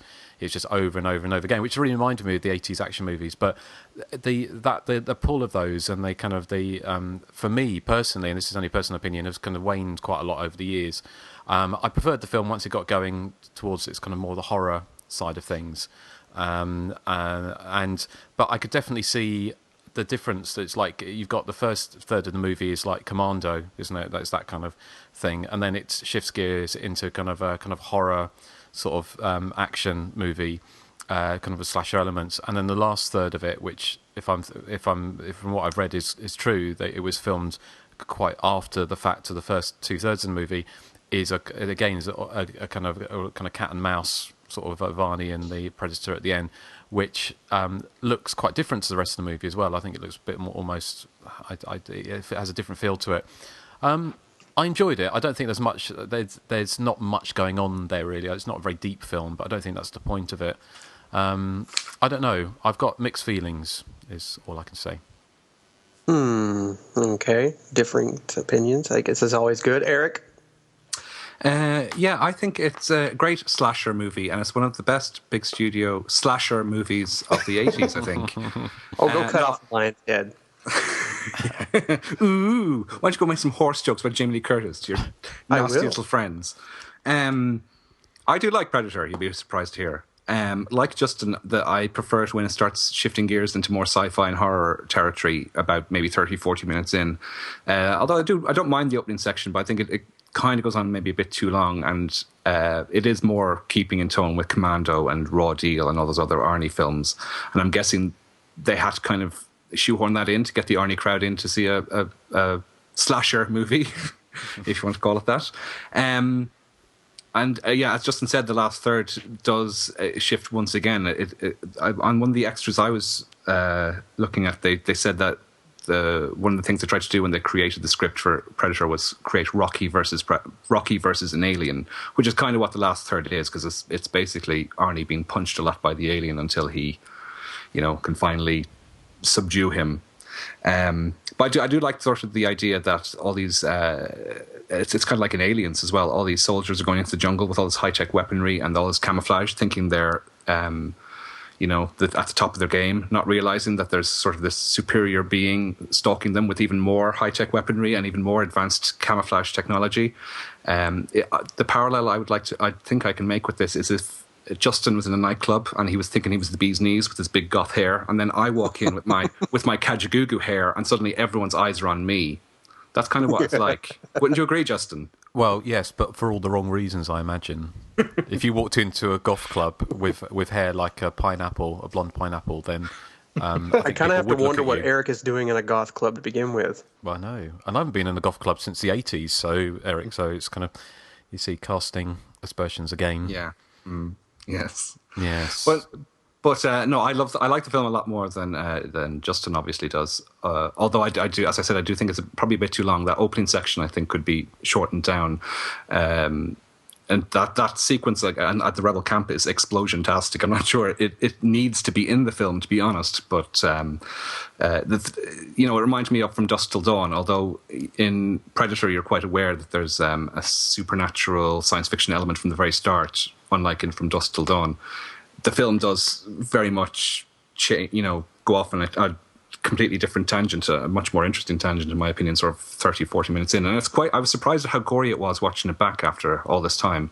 There's some standout scenes, like where Carl Weathers gets his arm severed and it continues to fire the gun that it's holding. I thought that was a really good scene. And also the scene where the Predator rips the spine out of the body with the skull still attached to the top. Surprisingly gruesome for what I would assume was a mainstream movie back in the day. On the downside, and I don't want to break your heart, Joseph, but I do think Arnold Schwarzenegger is a terrible actor. Well, he's not an actor. He's more of a screen presence. I know. Actor. No, I do like. He's not a good actor. I think he's a bad actor, I'm afraid. And I was watching him like running away from a killer in the woods, and I kind of was thinking, God, he's almost like the male version of Rachel Ward in The Final Terror. I'm sorry to say that. Now, I do like Arnold Schwarzenegger movies. I just happen to think he's bad in them all. But I do like his movie. A lot of his sort of upper tier action movies, I think, are quite fun, even though he's not terribly good in them. I'm sorry. Yeah, before. Yeah, go ahead. I'm sorry. No, just to sum up. I really like Predator. I can completely understand why you've chosen it as a slasher movie, all joking aside, because it is. And I mean, Alien as well could be considered a slasher movie. Yeah, and that's pretty much my reasoning. I mean, I know this is not a slasher movie, but I think it's kind of fun to dissect movies that are teetering on the edge of slasher films every once in a while. It's not like every other episode, but I think it's kind of fun like that. Yeah, otherwise it's the same thing every week, yeah. Yeah, Nathan, Huh? Predator, Nathan. Oh, okay, yeah, that movie. The slasher movie. Yes, the slasher. Yes, of course. Actually, I really like Predator a lot. I agree with Justin and Eric. I think that the second, after they get done with all the action explosions and all that crap, when they get to the actual stalking sequences with the Predator, is much better. I mean, it's my favorite part of the movie, of course. And I remember when I first heard about Predator years and years ago, the idea of an alien stalking soldiers did not appeal to me, so I put off watching it for a long time because I hate sci-fi movies in general. I think they are so boring. But this was actually a really good one, and I really liked... I mean, I like all the characters in it. I actually really liked Jesse Ventura's character, and I was sorry that he got killed so early on. I was hoping he'd make it longer in the film. And I agree with Eric. I think Arnold Schwarzenegger is an awful actor. I really do. I don't think he's very convincing when he's reading his lines, but he's convincing when he doesn't have to talk. Yes, exactly.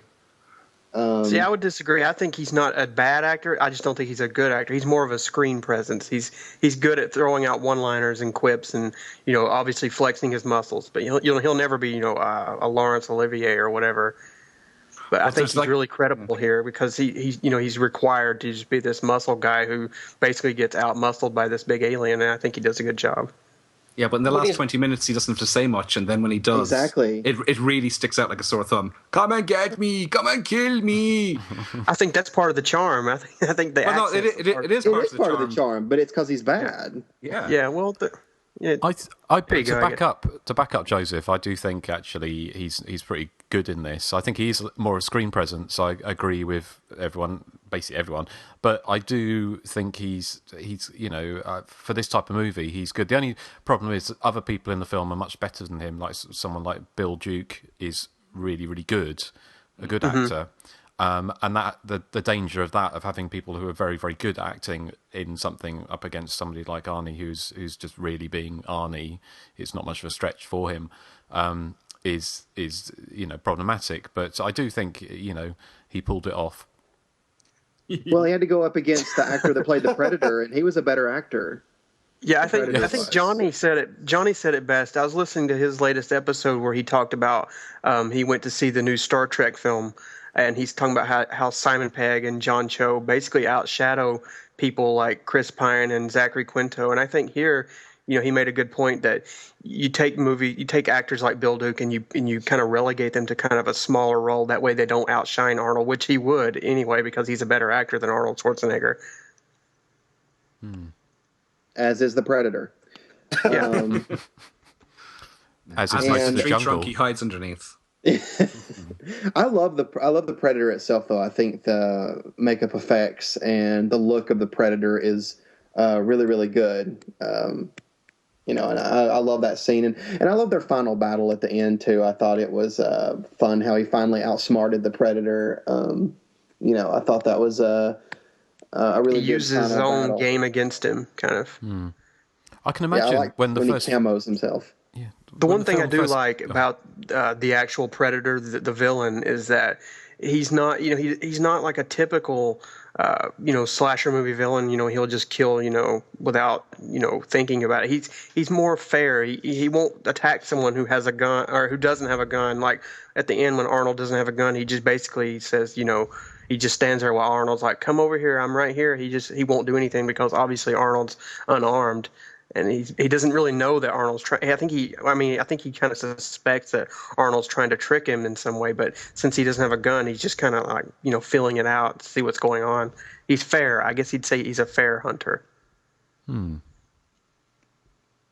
surprised that he wouldn't consider Arnold more of a threat just because his muscles have muscles, though. He's so big. Mm-hmm. But the dude that they cast. Kevin Peter Hall, who's passed away a while back, that dude is like 7'2", so even he outshadows Arnold. He's huge. He's a big guy. I mean, it's great casting to someone who could actually, make Arnold Schwarzenegger look like a midget. That's great casting. Well, also his helmet was really big as well, wasn't it? Sort of added another sort of 6 inches. Justin. We haven't got a Honestly, matron. You can throw one in there. 57 years of age. You should be more grown up than that. You're 57, Justin? No, please, hold your hand. No, and Erik knows full well that I'm not 57. Oh, okay. He's 67. 67, In yeah. thereabouts. Yeah, thereabouts, and within about 20-year radius, Erik. Yeah. So,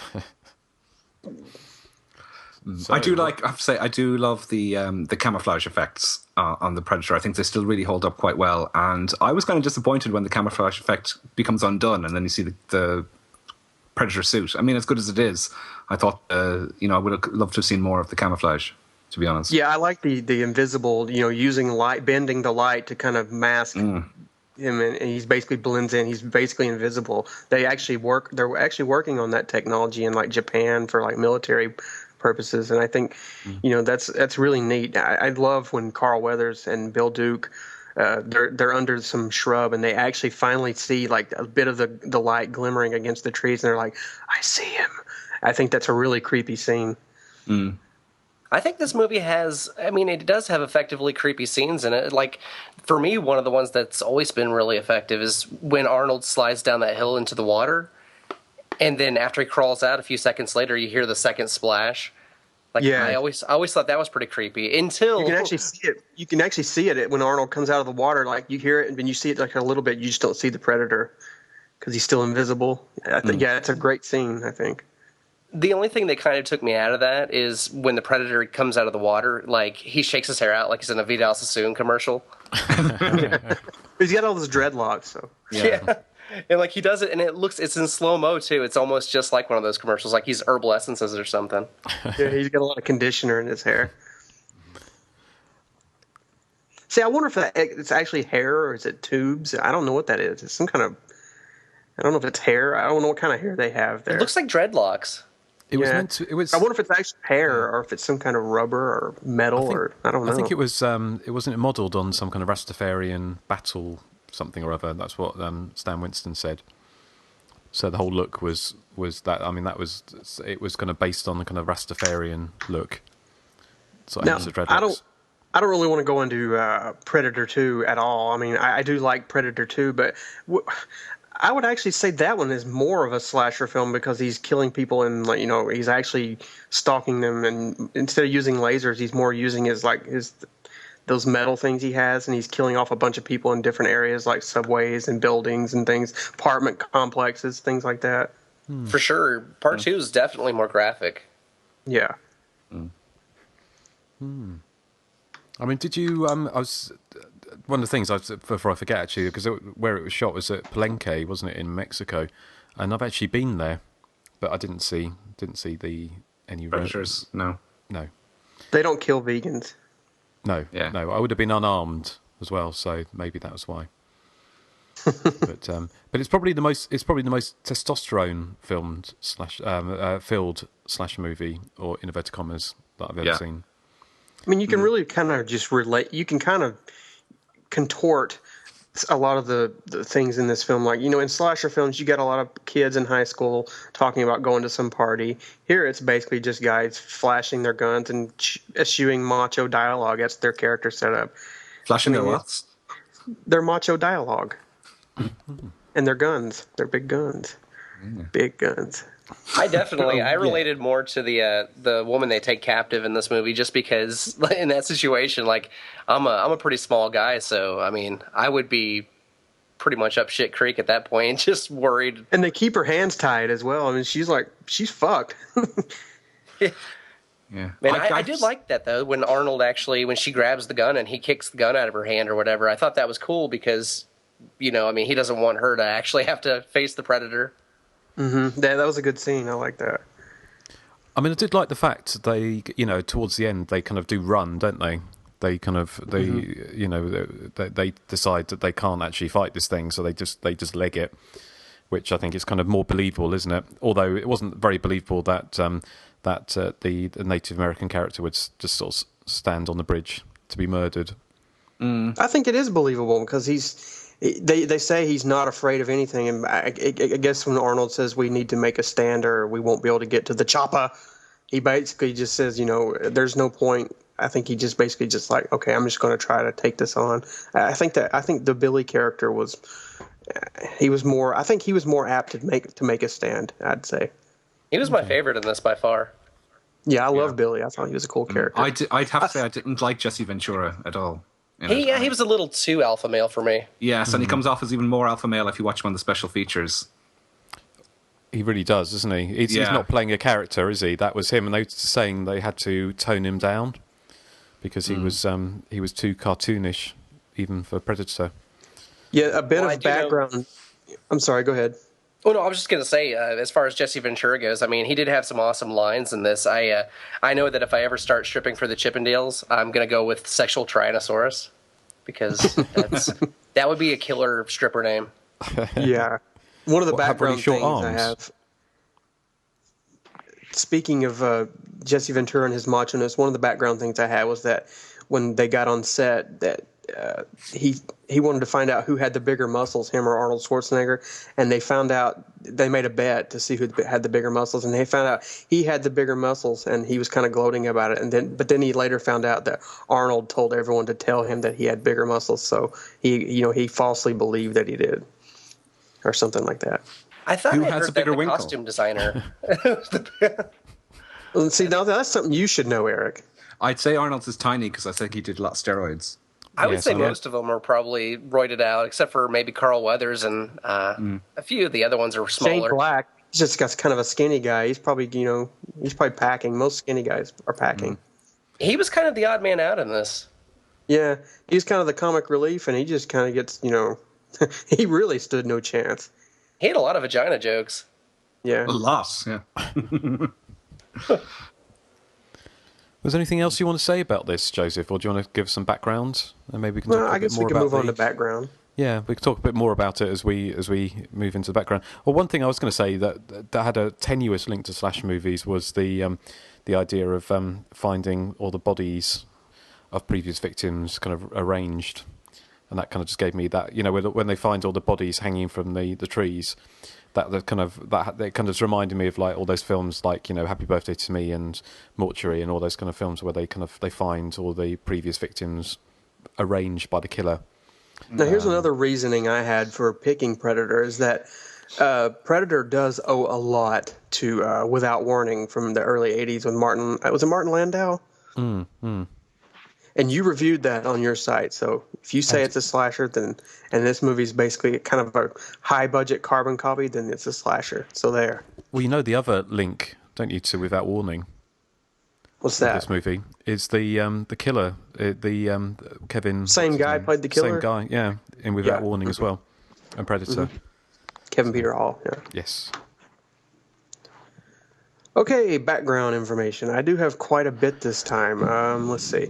As Eric had mentioned, the story goes that the writers came up with the plot after hearing a joke that Rocky Balboa had kind of run out of earthly opponents and would need to fight an alien if Rocky V, which was then a few years away, was ever going to be made, so they came up with a script for The Predator. And let's see. According to an interview with the director, John McTiernan, the hole in the jungle appearance of the Predator was played by Jean-Claude Van Damme in a blue screen, actually red suit. Van Damme quit after 2 days, unhappy with being cast as an uncredited special effect. But he can be seen as the Predator in If It Bleeds, We Can Kill It, The Making of Predator. The alien design was scrapped and redesigned and eventually played by Kevin Peter Hall, who was 7'2" tall. An attempt was made to get shots of the Predator swinging from tree to tree using a monkey in a red special effects suit. However, the monkey kept removing the suit and the idea was abandoned. Most of the film was shot under the original title Hunter. It was only later when the creature design was changed that the movie became Predator. The clapperboard showing the original title can be seen in the outtakes on the special edition DVD. The original Hunter model was a large creature with a long neck, a head shaped like a dog, and one big eye in the middle. This can also be seen on the camouflage demos on the DVD. It was only when Stan Winston moved in that the complete design of the now Predator changed along with the title. Let's see. The studio would not allow John McTiernan to shoot this film in anamorphic widescreen due to the complexities of the optical effects. As kind of a sly sort of retaliation, McTiernan added an anamorphic version of the film's opening 20th Century Fox logo, which looks noticeably stretched on screen. And this one may or may not be true, but Sonny Landham, who played Billy, he was hired to work on the film, but on one condition. The insurance company insisted on a round-the-clock bodyguard for Landham, not to protect him, but to protect everyone else because at the time Landham was kind of prone to bar fights and getting into trouble with the law. I don't know how true that is, but that's what I've actually heard that before. Yeah, I think he's probably mellowed out in his age, but that's what I'd heard. Which character did he play? Which one did he play? I'm sorry? Which character did he play? Billy, the Indian. Okay, all right. Okay. Oh, right. Okay. Yeah, he was also the villain in 48 Hours. Okay. Let's see. Due to health and safety regulations, Arnold Schwarzenegger was not allowed to light his cigar inside the helicopter near the beginning of the film. As a result, the glow was added optically in post-production, so there's some CGI cigar going on. Huh. The black helicopter pilot seen at the end of the movie is Kevin Peter Hall, who played the Predator. And the body count in this film, more linking it to a slasher film, is 69. Most of them at the hands of Schwarzenegger. A scorpion gets killed, a boar, and then the Predator. And finally, Arnold Schwarzenegger noted that filming the fight with the climactic fight with the Predator was kind of difficult because the Kevin Peter Hall, who played the Predator, he couldn't see through his mask. And I think that's all of the tidbits I have. So anyone else? One of the things I was going to ask is, you mentioned the scorpion and the boar. I was going to ask Justin about that because I know the animal violence and stuff is usually an issue. Because that was pretty graphic when he's stabbing that pig to death.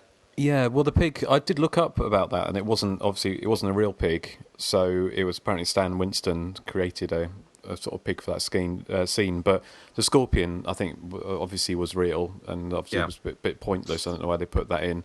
The other scene, which I thought was a bit, wasn't needed, was when they kick the buzzard. Oh yeah, when it lands by the bodies. Yeah, and they I forgot about that. It looks like they could really give it a boot, and it's not like a stunt buzzard. So a stunt buzzard. Well, you know what I mean. It was kind of like, it was just a bit pointless. I think they were kind of. It was almost like they'd seen something like Cannibal Holocaust and thought, if we're doing a jungle movie, then we've got to have some kind of animal violence, however mild or whatever in inverted commas it is. Which it was a bit pointless. But I think with the pig scene, it wasn't a real pig. They wouldn't have allowed them to do that anyway. I don't think it would have been. I think it's against the law, isn't it, to film? Because I was reading somewhere. I think Apocalypse Now was the last American studio film that had any real proper, sort of violence against kind of larger animals, shot for films. Because I think it's against the law to do that. So, see, I wonder if they actually just kind of shooed the buzzard and then they sped it up to make it look like they kicked it, or if they actually kicked it.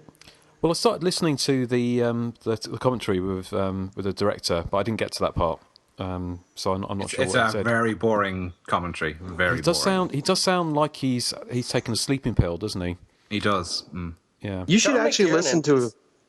He's notorious for that, like in the Die Hard commentaries and stuff. He's very, very monotone.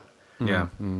You should actually listen to a lot of the Schwarzenegger commentaries. They're actually hilarious because he doesn't really give tidbits about the movie. He's actually telling you what's going on in the movie, and it's so funny. Like in the Total Recall thing, he's like, and now here I am. I'm sticking this thing that was in the chocolate up his nose. He's just basically narrating the whole movie, and it's so funny. God, what a moron. Sorry. Okay. But anyway. Have we got anything else? I have a few things. Okay. John McTiernan, the director, he's currently in prison. Did you know that? No. It's for wiretapping, isn't it? Yeah, he was on the set of the remake of Rollerball. He hired a private detective to wiretap the producer's phone because he thought the producer was trying to deliberately sabotage the production. And then the FBI called him a few years later about it, and he lied to them, and now he is serving 1 year in prison. His sentence started in April of this year. Wow. Well, I found 3 years. Yeah, I found this out. I was curious because he hasn't directed a film since 2003, and I was like, "What happened to him?" And this is what's happened to him. He's been caught up in this court case for 7 years, and he's serving 1 year in prison now. Did you know he was originally approached to direct Jason Goes to Hell: The Final Friday? Really? No. That would have been very interesting because I think he's a good action director anyway. I mean, he is. Predator, Die Hard are really good movies. It'd be interesting to see what he would have done with Jason Goes to Hell. It certainly would have been a better film, I think. The other thing I have is Predator debuted at number 1 in the US box office. It was released on the 12th of June 1987, and it beat Witches of Eastwick, which was also released the same day. It beat that to the top spot, and it knocked Beverly Hills 2 off the top spot, which was number 1 the previous week, which makes me feel old, to be honest. 26 years ago, actually, next week. So, Well, I think you're only like a year older than I am, so I'm sorry. yeah. All right, and Shane Black, who plays the skinny guy, apparently has a big schlong, according to Joseph. He is currently very, very successful as I presume we all know, as a film director. Iron Man 3 has just made $60 zillion in the States. He directed that, of course, and he's working at the moment on an English-language remake of the Japanese film Death Note, which I haven't seen the original. I know what it's about. It's you write a person's name into a book or something, isn't it, and they die. I've seen it. It's not really a horror movie as such. It's kind of. Is it? It's is. It's basically that idea, but it's kind of. I think it's a manga, wasn't it originally? It was very stylized, the live action one, but that'd be interesting. Yeah. Yep. So that's all I'd have. Because anything else you've mentioned already, Joseph. Yeah. Nathan or Johnny, any background info? No. I had read that actually the guy who played the Predator in this, after filming Predator 2, he actually got in a bad car accident and died from a bad blood transfusion. And he contracted AIDS that way, didn't he? Yeah, and I thought it was really sad because he was pretty young. He wasn't very old. Yeah. And he also successful. played he also played the Bigfoot in Harry and the Hendersons. And I didn't know that. Wasn't he in the TV series Misfits of Science as well? I don't know. I've never seen that show. Oh. I'm not sure. Guess you're too young. Hey, I mean, you're younger than you are. Well, I don't have anything else to add because I think you've covered everything. Apart from what I was going to say was, perhaps you could talk a little bit about the sequel and some of the later films. I did see Predator 2 probably a couple of years ago and I hadn't seen it for ages, and I remember quite enjoying it, but I don't remember that much about it. But what was everyone else's thoughts on the kind of the later Predator films, especially the more recent I like one? Predator 2. I think what they did with Predator 2 is they actually got a better actor with Danny Glover to take on the Predator, but I just don't think he has the kind of screen presence that was needed. He kind of feels like out of. I think he's miscast because he's a good actor, but he's not really an action hero. So that was my 2 cents on that. Well, at that point, he'd already done the Lethal Weapon 1 and maybe even 2. And so he was more of the straight and narrow, good guy, straight and narrow guy to, Mel Gibson's kind of reckless guy. And I thought he did a good job in Predator 2, but I thought it should have been someone else. I don't know. Yeah, he was out of place for sure, but I really dug that movie. I mean, I like Gary Busey in that one as well. Oh yeah, it's very, very violent. I mean, it's a lot more violent than the first film. I think it's a lot more mean-spirited as well. I mean, some of the things the Predator does to like a lot of those gang members, like those in that apartment high-rise where they're skinning that guy and then the Predator shows up. I mean, it's just brutal and vicious. Mm-hmm. Well, I did like Predator 2, I have to say. And, of course, it has that famous ending towards the end where you see is it an alien skull in the Predator spaceship? Which kind of, foreshadows what was to come. It's also got Bill Paxton, who we know has been in a lot of slasher films. Mm-hmm. Skipping through graveyards. Yes. I love the scene in Predator 2 where they're on the subway and the lights are flashing and people are trying to get out of the car and the Predator's basically killing people in the subway car. Yeah, I guess no one else remembers that. I do have it on DVD. I need to rewatch it to remind myself. I do. All I can remember really is the gang hanging upside down from the apartment. All skinned. And that's lots of nudity in that as well. Is there? Yeah, that's all you have to say now. I'm going to watch it tonight now. Then. Were people excited when they announced Predator versus Aliens? People were excited, but I don't think people liked it after it was, actually released. I thought the first one was okay, considering how bad I thought it was going to be. The second one now is extraordinarily trashy, Aliens versus Predator Requiem. Because it's got lots of teenagers, and it's got kind of a Porky's type teenagers in it who are interested in getting laid and getting drunk, and it doesn't feel like it fits into the universe at all, whereas at least the first one does, even if it doesn't do it very well. The first one, I was really looking forward to it when it came out, but then after going to see it and realizing it was PG-13, they cut down so much of the violence and what it should have been. It should have been much more extravagant with the blood and stuff. How about the... I haven't seen either of them. I haven't even seen the remake with the one with Adrian Brody. Yeah, it's actually good. Yeah, it's not too bad. I haven't seen it. Yeah. Well, I know it's got Walton Goggins, who was on Justified and The Shield, so that's a reason I should watch it, but I haven't yet.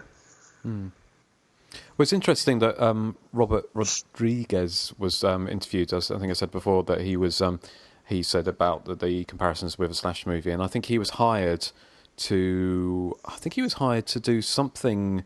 I think when he was making Desperado in 97 or 96, 97, he sort of said that he was hired to kind of rework the Predator franchise, and it didn't. It eventually happened, but he sort of said that he basically From Dusk Till Dawn was his kind of homage to Predator for a film that starts in one way and then ends up in another, although it's much more left field, isn't it, in From Dusk Till Dawn? It's also a lot campier, I'd say. Nathan, you have not seen Predator 2, have you? The only Predator movie that I've seen is the one we're covering on this podcast. You should watch the second one, because I think that movie would be really up your alley. I think you would actually like that a lot. And it has a really take place in space, right? No, it's all in the city and stuff. Okay. But the reason why I think you might like it, because you like a lot of those likably bitchy characters, that has like a bitch. They have a cop character played by Maria Conchita Alonso. She's kind of one of those likable bitch characters. That's why I think you would like this movie a lot. Is she like Virginia in Moving Violations? Yeah, she's a lot like her, actually. She's real bitchy and tough, but she's got that likable interior beneath all that. Moving Violations, great movie. But yeah, the Predator, the one we're covering, is the only one I've seen. Like, I'm not interested in sci-fi not in the least. Oh, you should definitely see 2, because 2 is actually a lot of fun. I like two. They change up the scenery too, because I like him being in the New York City setting. Yeah, it's New York, right? I don't know what city it is, but it's Los Angeles. Apparently it takes. I think it's Los Angeles. Los Angeles. Yeah, it's Los Angeles. It is. But that's It's why. weird too, because isn't it like a Haitian gang? Yeah. That's weird. I didn't realize. Something like that. I don't remember. It's so weird. I think that's why it throws me off so much, is because it's in Los Angeles, but the gang just doesn't fit in with what you would expect. You'd say Haitians would be in like Miami or something, because they're so close to Haiti and stuff. The one thing I like about Predator 2 is that it was made in like 91, and it's one of those movies that's, a lot of these movies that were made in the early 90s that try to show like an apocalyptic future where the city's run down. This one seems more believable because they don't have a lot of these like weird looking cars and technology. It's basically just kind of run down, kind of slum project look. I think it kind of suits that movie, suits it well. Is it set in the future, the second one? It's set in 1997, and it's made in 91. All right. But wasn't it Arnie said he wouldn't come back to do the sequel, and he said it was a mistake. They asked him, and he was originally going to, but I think at the time he was filming, what was that movie? I want to say Eraser. Would have been either Total Recall or Terminator 2. Terminator 1, yeah. Terminator 2, I'm sorry. Terminator he was 2, filming Terminator 2, so he couldn't do it, so they cast. Well, apparently he said that he really didn't like the idea of taking it out of the jungle. That was part of the reason he didn't do it. But, of course, Predator 2 was directed by Stephen Hopkins, who did Dream Child, wasn't it? Yeah. Yep, Elm Street 5. Yeah, which I quite like. The worst Elm Street, in my opinion. No, Freddy's Dead is the worst. No, Freddy's Dead is the worst Elm Street. Oh, See, now I haven't seen Freddy's Dead in a long time, but I just remember, wow, Part 5 was really bad, and that dude who played the comic book guy, wow, what an actor. Oh, yeah. It was better than Arnie. No, I wouldn't even go that far. Well, have we got anything else to say about the Predator, or have we exhausted I think we've pretty Arnieisms? much and the gamut. he's a Run the gamut. predator. Well, shall we move on to some feedback? Yes. Yes, so I thought a bit of Arnie's agreement there. Shall I just read the? I'll read the where are we? The contact details. So if you'd like to contact the show and give some feedback, we would love to hear from you. We're going to come back with some feedback just after this. Be sure to search for and like us on Facebook. Follow us on Twitter at THC_podcast. Our voicemail is 858-233-9281. And you can email us directly at the.hysteria.continues@gmail.com. Okay. Yes, do get in contact even. Joseph, I think you've got one, haven't you? Yeah, this is from our good friend Tosca Top Socks. Hey. Yay! Yeah, you have to put in a yay. He says, "Hey, Joseph, Justin, Inga, and Nathan. Hey!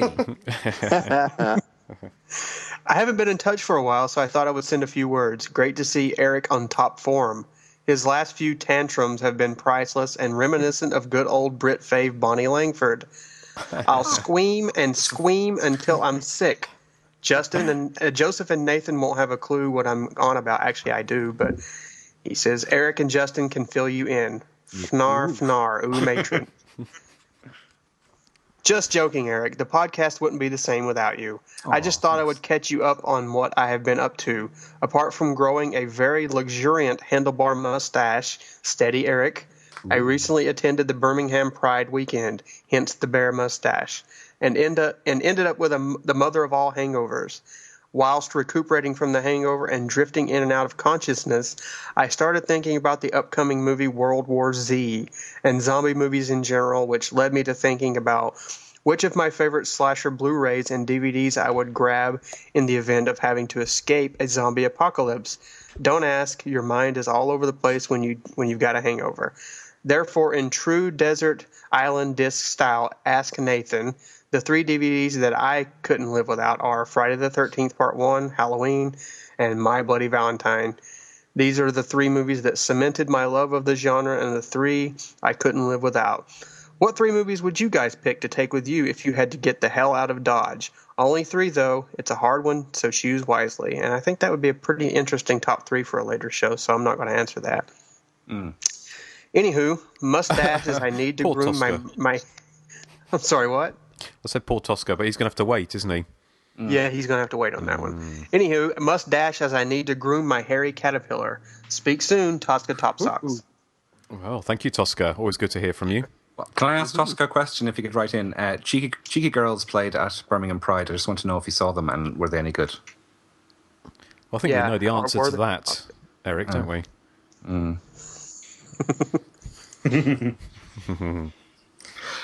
So, who's got... Thank you, Tosca. Okay. I've got one here. Okay. This is just a quick email. When we covered Skullduggery last year, I was trying to get in contact with some of the cast members, and one of them got in touch with me this week saying he's only picked up my message now. But it's David Calderisi, who played Dr. Evil in Skullduggery, and he doesn't really have many memories of the film because, it's 30 years ago. But he did say this to me. When I saw the final cut, I thought it was an incomprehensible mess. But Wendy Crewson has gone on to have some pretty impressive career. As for the script, it changed day by day, sometimes hour by hour. I was so displeased with the results that I had to make up many profound excuses to decline taking part in the director's next opus. It's all in the perspective, as they say. And that's best wishes from David Calderisi. So, yeah. What memories he does have of Skullduggery aren't terribly fond. No, it's interesting to hear back from him, though, isn't it? Yeah. Mm-hmm. Yeah, even after all this time. And he says we must all. He said What's she say? We must all be serious cinema aficionados to have come across the film at all. That's nice of them. Serious something, I think. Yes. Yeah. Yes. What was the film the director covered after it? I don't know, actually. Let me have a look here. You talk away while I look up Skullduggery. It's amazing to think he actually was able to get funding to do another film. I know. Skullduggery. Yeah. Have you seen Skullduggery, Johnny? Yes, it's been years though, and when you guys reviewed it on the show, it didn't make me very enthusiastic to go back to it. Okay, the director was... It's charming in its own way. Yeah. I like it. I like the theme music even more.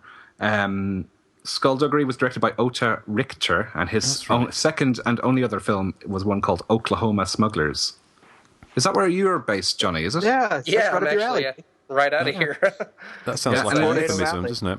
It's so How's the weather right there now, Johnny? How's the weather? Today and like the second half of yesterday were the first days we've gotten sunlight and no storms in like 2 weeks. So it's been actually pretty good, yeah. Besides, the F5 tornadoes. Yeah. Puts everything in perspective with me and complaining about the odd cloud in Dublin. See, we have your weather now, Johnny. It's really storming here. Pretty bad. It was really crazy on this past Friday night. We were actually for hours stuck in a closet because they had a tornado within a mile of us. Wow. So we were just sitting in the closet on our phones playing with the cat. Yeah. Would the closet... I was just worried. I was like, I was worried I wasn't going to be able to do the show today, but I'm so glad I was able to. Yeah, no, we were glad you came on. I mean, and came out the closet for us, John, as well. On the show. He's now one of us. You made a matron joke in his own. All right. When you said he's now one of us, I thought you were owning up to something there, Joseph. No. Yeah. Talk about coming out the closet. I have a girlfriend. Yeah, I do actually. We just went to the Oklahoma City Pride about 2 weeks ago, and unfortunately, that's when the storm started rolling in. So it was kind of a washout. Like the Pride Parade was canceled, and then on the day before, just as Pride was ending, they were having to shoo the band off the stage because the big storm was rolling in. Oh God! But it was fun though while it was open. So, with your closet, just out of interest, is it a kind of storm closet? Or is it No, we're on the top floor of an apartment complex, so it's not very safe, but for us, it's probably the safest place where we live. Yeah. So we just go in there with all the clothes and blankets and stuff and just hope for the best. Okay. Wow, yeah, it does put it into perspective, doesn't it, for me and Erik? Yeah. So... I'm originally from Florida, and in Florida I never feared weather ever, even though we had hurricanes and stuff. And moved here, and now Florida only has one weather, and it's nice. Exactly, and I moved here after living there for 20-something years, and here every time we get a storm, I just freak out now because it's like you never know. It's just so sporadic. It just all of a sudden it'll be a nice sunny day, and then an F5 tornado pops up. God, and not to keep putting Johnny on the spot, but you recently had a birthday as well, didn't you? Yep, this past Thursday I turned 31. And happy birthday! Oh, thank you. And that's actually why I watched that Blu-ray of Happy Birthday to Me, because every year I watch it, and this year I wanted to see what it looked like on Blu-ray because I saw that just got released in March. Out of interest, has it got the original soundtrack, or is it the? It does. It's the original one. Oh wow! Okay. Well, that's good. Yeah, because they released it not too long ago, and they completely changed the soundtrack, didn't they? Yeah. Because didn't Anchor Bay put out a second release where they restored the soundtrack? I believe so. Yes. Yeah. But so this one's basically the Anchor Bay release, just cleaned up in high definition. It, like I said earlier, it looks beautiful. Excellent. Well, I'm going to have to pick that up. So great. Have we got any more feedback? Have we got Nathan? Didn't you have one? Yes, I do. It says, "Dear gays and a straight, I have just started re-listening to all the old podcasts starting from episode 1. Very nice to see the birth of the cat flushing the toilet segment, from its humble beginnings of 4 grown men laughing about the use of the phrase number 2 to that now fabled moment in the Incubus episode where Justin decided to search YouTube for the sound of a toilet flushing and wound up creating history. I still remember that too. One of the first things that leaps out when you listen to episodes back to back is the use of the word obnoxious. Seriously, I'm talking 20 times per episode at least. Almost any time a slasher movie is discussed that you guys don't like, the reason given is that the characters are obnoxious. And any time a slasher movie is discussed that you do like, it's because the characters aren't at all obnoxious. So I think it's time to lay that ghost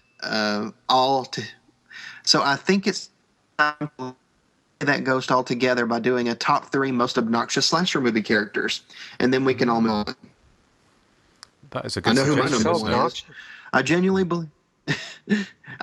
believe your show is the best horror podcast out there. Absolutely love the chemistry between you all, and would kill to hear you all record a few commentary tracks together as bonus apps. Any chance? Signed, Mark B. Oh, do you want to say that again? We lost that end. Was it Mark? Mark B. Mark B. Okay. Well, yeah, thank just you, the Mark letter B. Well, funnily enough, Mark, there is something in the pipeline, isn't there? Yes, there is. Yes. On June 30th, to be exact, you will get partly part your wish, I guess. Part of it, at least. Yes. Something like that. Yeah, but be careful what you wish for, surely. Indeed.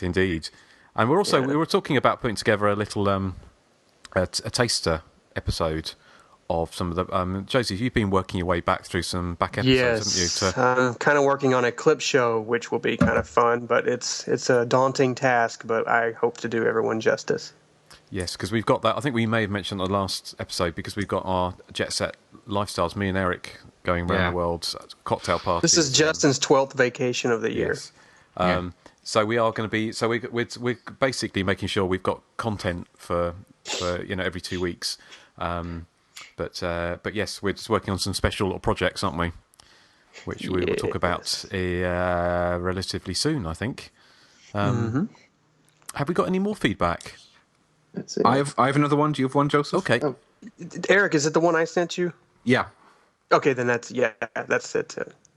Okay, this is from Soren Feltfoss Thompson. Sorry, Soren. He says, "Gentlemen, first of all, thank you for the recent string of excellent episodes. Secondly, I was very excited to hear that Joseph's next pick will be Predator, one of my favourite sci-fi horror movies, and props to Alan Silvestri's awesome score. I don't think I'd classify it as a slasher, but it's always interesting to look at some of the borderline cases and reflect on what actually defines a slasher. For example, what about a film like Hollow Man? Does it qualify as a slasher? I remember some critics lambasting it precisely for descending into slasher cliches, and admittedly, the last half hour or so of the film is all about the main character stalking and killing the rest of the cast in various grisly ways before getting offed by Elizabeth Shue as the final girl. I don't think this is the first time a mainstream production with an A-list cast has drawn on the slasher genre, and I guess it's thoroughly predictable that mainstream film critics would dismiss it for that very reason. Third, I have some initial thoughts on the newly released documentary Slice and Dice, which finally arrived in the mail. First impressions are that it is a highly entertaining film, which I would not hesitate to recommend to other slasher fans. My only criticism would be that it's a bit too short and that some of the slashers are only very briefly discussed. Now, I realise that it's impossible to cover every film in the kind of painstaking detail that would satisfy your average slasher fan, but I was very surprised to see how relatively little attention was paid to the Friday the 13th films, and even more than that, Halloween, arguably the best and most influential film of the genre, received literally only about a minute's worth of attention. Even so, I really like the film and look forward to checking out the extra features. And thank you for a terrific podcast, and my best wishes to the four of you, plus Johnny. I'm just adding in the plus Johnny, because this is obviously sent to us before we announced Johnny was going to be on the podcast. And that's from Soren Thompson. Thank you, Soren. Yeah, thank you, Soren. Yes, Slice and Dice. I forgot to mention, Justin, I got my copy in the post and I've watched it. Very good it is too, I have to say. You finally got it? I had to send it to you because it came here first. Oh, Joseph. Well, the old ones are always the best. Yes. As for, I was listening to the commentary actually with yourself and Callum on it, and Callum was saying to kind of differentiate it from, what's the other one called again? Going to Pieces. To kind of differentiate it from Going to Pieces, he decided to maybe put a bit more focus on Jello and other films that weren't so prominent in Going to Pieces, rather than trying to make the same documentary over again. So that probably explains why Friday the 13th and Halloween are, don't get that much attention in it. Maybe you can throw some insight into that. I think that was kind of the intention, was to sort of because it to be seen as a companion piece to the other ones that come out, and obviously you've got Never Sleep Again, the Elm Street thing they're going to be doing. There will be his name is Jason, and they're going to be doing a Halloween one, I think.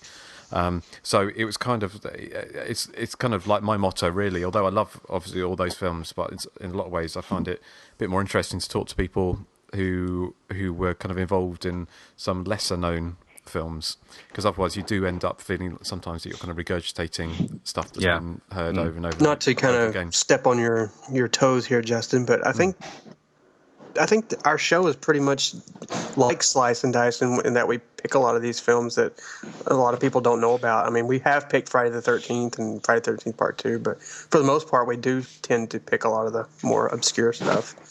So I think it's kind of a companion piece to this show, I'd say. Yeah. I've noticed have introduced me to stuff for sure. I mean, things like Funeral Home. Like, I'd never seen that before this show. Well, I've noticed on your show, Johnny, you also choose quite a lot of maybe lesser sort of known films as well. Do you find the same thing? I try to, mainly because it seems like with so many shows out there that, like most horror podcasts in general, they seem to cover, everything, Exorcist, Nightmare on Elm Street, Friday the 13th, and I don't want to follow. I want to be sort of different. Well, I think it's sometimes it's good to talk about some of the better known films. In fact, sometimes it's a little bit intimidating to talk about something like a Halloween. What is going on? Yeah, what is the noise? Well, the dog has to go in his crate right now because I'm still doing the podcast. Okay. And Wes has to go to work, and he's not happy. You crate poor Axel? Well, what else can I do? Well, it's kind of funny. He's a puppy. He's going to chew everything. That's kind of funny because our dog, Axel, we crate him as well because he chews everything. Yep. See? It's kind of weird, isn't it? First you steal the name, and then you steal the practicing of crating. Yeah, because you invented that. Crating sounds like a sexual practice. It is. That's disgusting, Erik. Oh, yeah. Anyway, getting back to podcasts, I was just looking at Johnny's latest. I haven't listened to it, Johnny. Your latest episode is Slasherific, if anyone wants to have a listen. It covers Houseboat Horror, the fabulous Houseboat Horror, Iced, and Blood Frenzy. So I'm looking forward to listening to that. Yeah, I listened to that yesterday. It's a good show. Yeah. Well, thank you. Johnny, do you want to tell people, listeners, where they can catch your show? It's actually on iTunes, but my website is KrugerNation.com, and all the episodes are accessible there as well. And for a while, I had a lot of health issues, but now I'm kind of back in full force. So I'm planning on doing it every week, sometimes bi-weekly. But yeah, if anybody needs to contact me for any reason, definitely do so. I'm Johnny Krug on pretty much every social media outlet. Excellent, and I would suggest people do, because it's a great podcast. So, and we're very pleased to have you as our first, probably not last, guest host, and hopefully you'll come back on at some point as well, Johnny. Oh, absolutely! This is so awesome. Like I said at the beginning of the show, I was really nervous because when I tell people about the Hysteria Continues, I always say they're basically like the powerhouse, like the Beatles of podcasting. And so when it's which just one's Ringo? Is Erik Ringo? Eric's I don't want to answer. I don't want to answer that. I want to be George. I'm John. I want to be George. Sorry, Johnny. Yes. No. Poor dog. I just tell everybody. I say you guys are a powerhouse. I mean, a force to be reckoned with. So it was kind of intimidating coming on here because I was kind of nervous because you guys I just respect this show so much. Well, thank you. Wow, that's very nice to hear. Yes. I don't see us as being the Beatles of podcasting at all, I have to say. More like Boyzone. Or yeah, I think we're the Toya. We're the Toya of Hazy Fantasy. There's only two of those, though. There wasn't there. Sorry? We're the Toya of the podcast. Yeah. The Toya of the podcast, yes. Yes. But no, thank you, Johnny. I mean, have we got anything? I think we better let Nathan get just to answer puppy. Yeah, just to answer Soren's question about Hollow Man. Would anyone agree Hollow Man would fall into? Oh yeah, I would say it is. So I haven't seen it since it came out. Yeah. But it actually teeters on exploitation too. It has the sexual assault scene. Yeah. Mm-hmm. Yeah. Interestingly, but have you seen those adverts of Kevin Bacon in Ireland? Have they got them? Because they've got Hollow Man, in there with the Friday 13th Kevin Bacon as well. I still haven't seen the Friday the 13th one. I've seen the Hollow Man one. What? Kevin Bacon's not in because he's playing all the different characters, but the Friday 13th one was in the Hollow Man one. Oh, was it? Okay, I haven't seen the Hollow Man one. Then I thought I'd seen. Yeah. Okay. I kind of like that he's not like dismissing his horror output. He's kind of having fun with it. Yeah, no, he's having a lot of fun with it. So I don't know that they probably won't come. You probably won't see them in the States because it's for the new 4G network in the UK. Yeah, you can find them on YouTube. That's where I saw them. Ah, okay, yeah. Oh, must have a look for the Friday. Kevin Bacon can't get away from horror though. He lives with Kira Sedgwick, so I mean, if you've seen her face lately, it's pretty. If you have to wake up next to that every day. Oh my! Well, he fits right in here, doesn't he? The fear of being pecked to death. She's got like hot dog lips from like all the surgery. What film was she in? Wasn't it Possession? Was it that Possession film? It wasn't. Yep, that one Erik was talking about. Oh, right, yeah, she's the wife in it. Oh, right, yeah, because her face was really slappable. She used to be cute, like way back in the day. She's kind of cute, but oof. Yeah, just say no to surgery. That's what I say. Yeah. Just go with your age. Just age and just let it be that. Have you noticed how many slasher movie actresses you see nowadays that are actually still beautiful because they haven't gone that route? Yeah. I mean, I was talking with Nathan about that. We picked someone who we think looks better now than they did when they were like in an early '80s slasher film. There's a couple women that are like that. Heather Langenkamp, for one, I think she looks phenomenal now. Oh, absolutely. Yeah. Well, I just met Caroline Munro the other day, and she's nearing 70 years old, and she looks beautiful as ever. Even Retanya Alda, who we interviewed not too while back, she's I think she's 71. She doesn't look a day over 48 or 49. She looks really good. And you said Dana Kimmel looks good, doesn't she? I think all of the Friday 13th. God, she does look good now. Look good. Yeah, she does. Excellent. Okay, well, I think we better wrap this up, I think.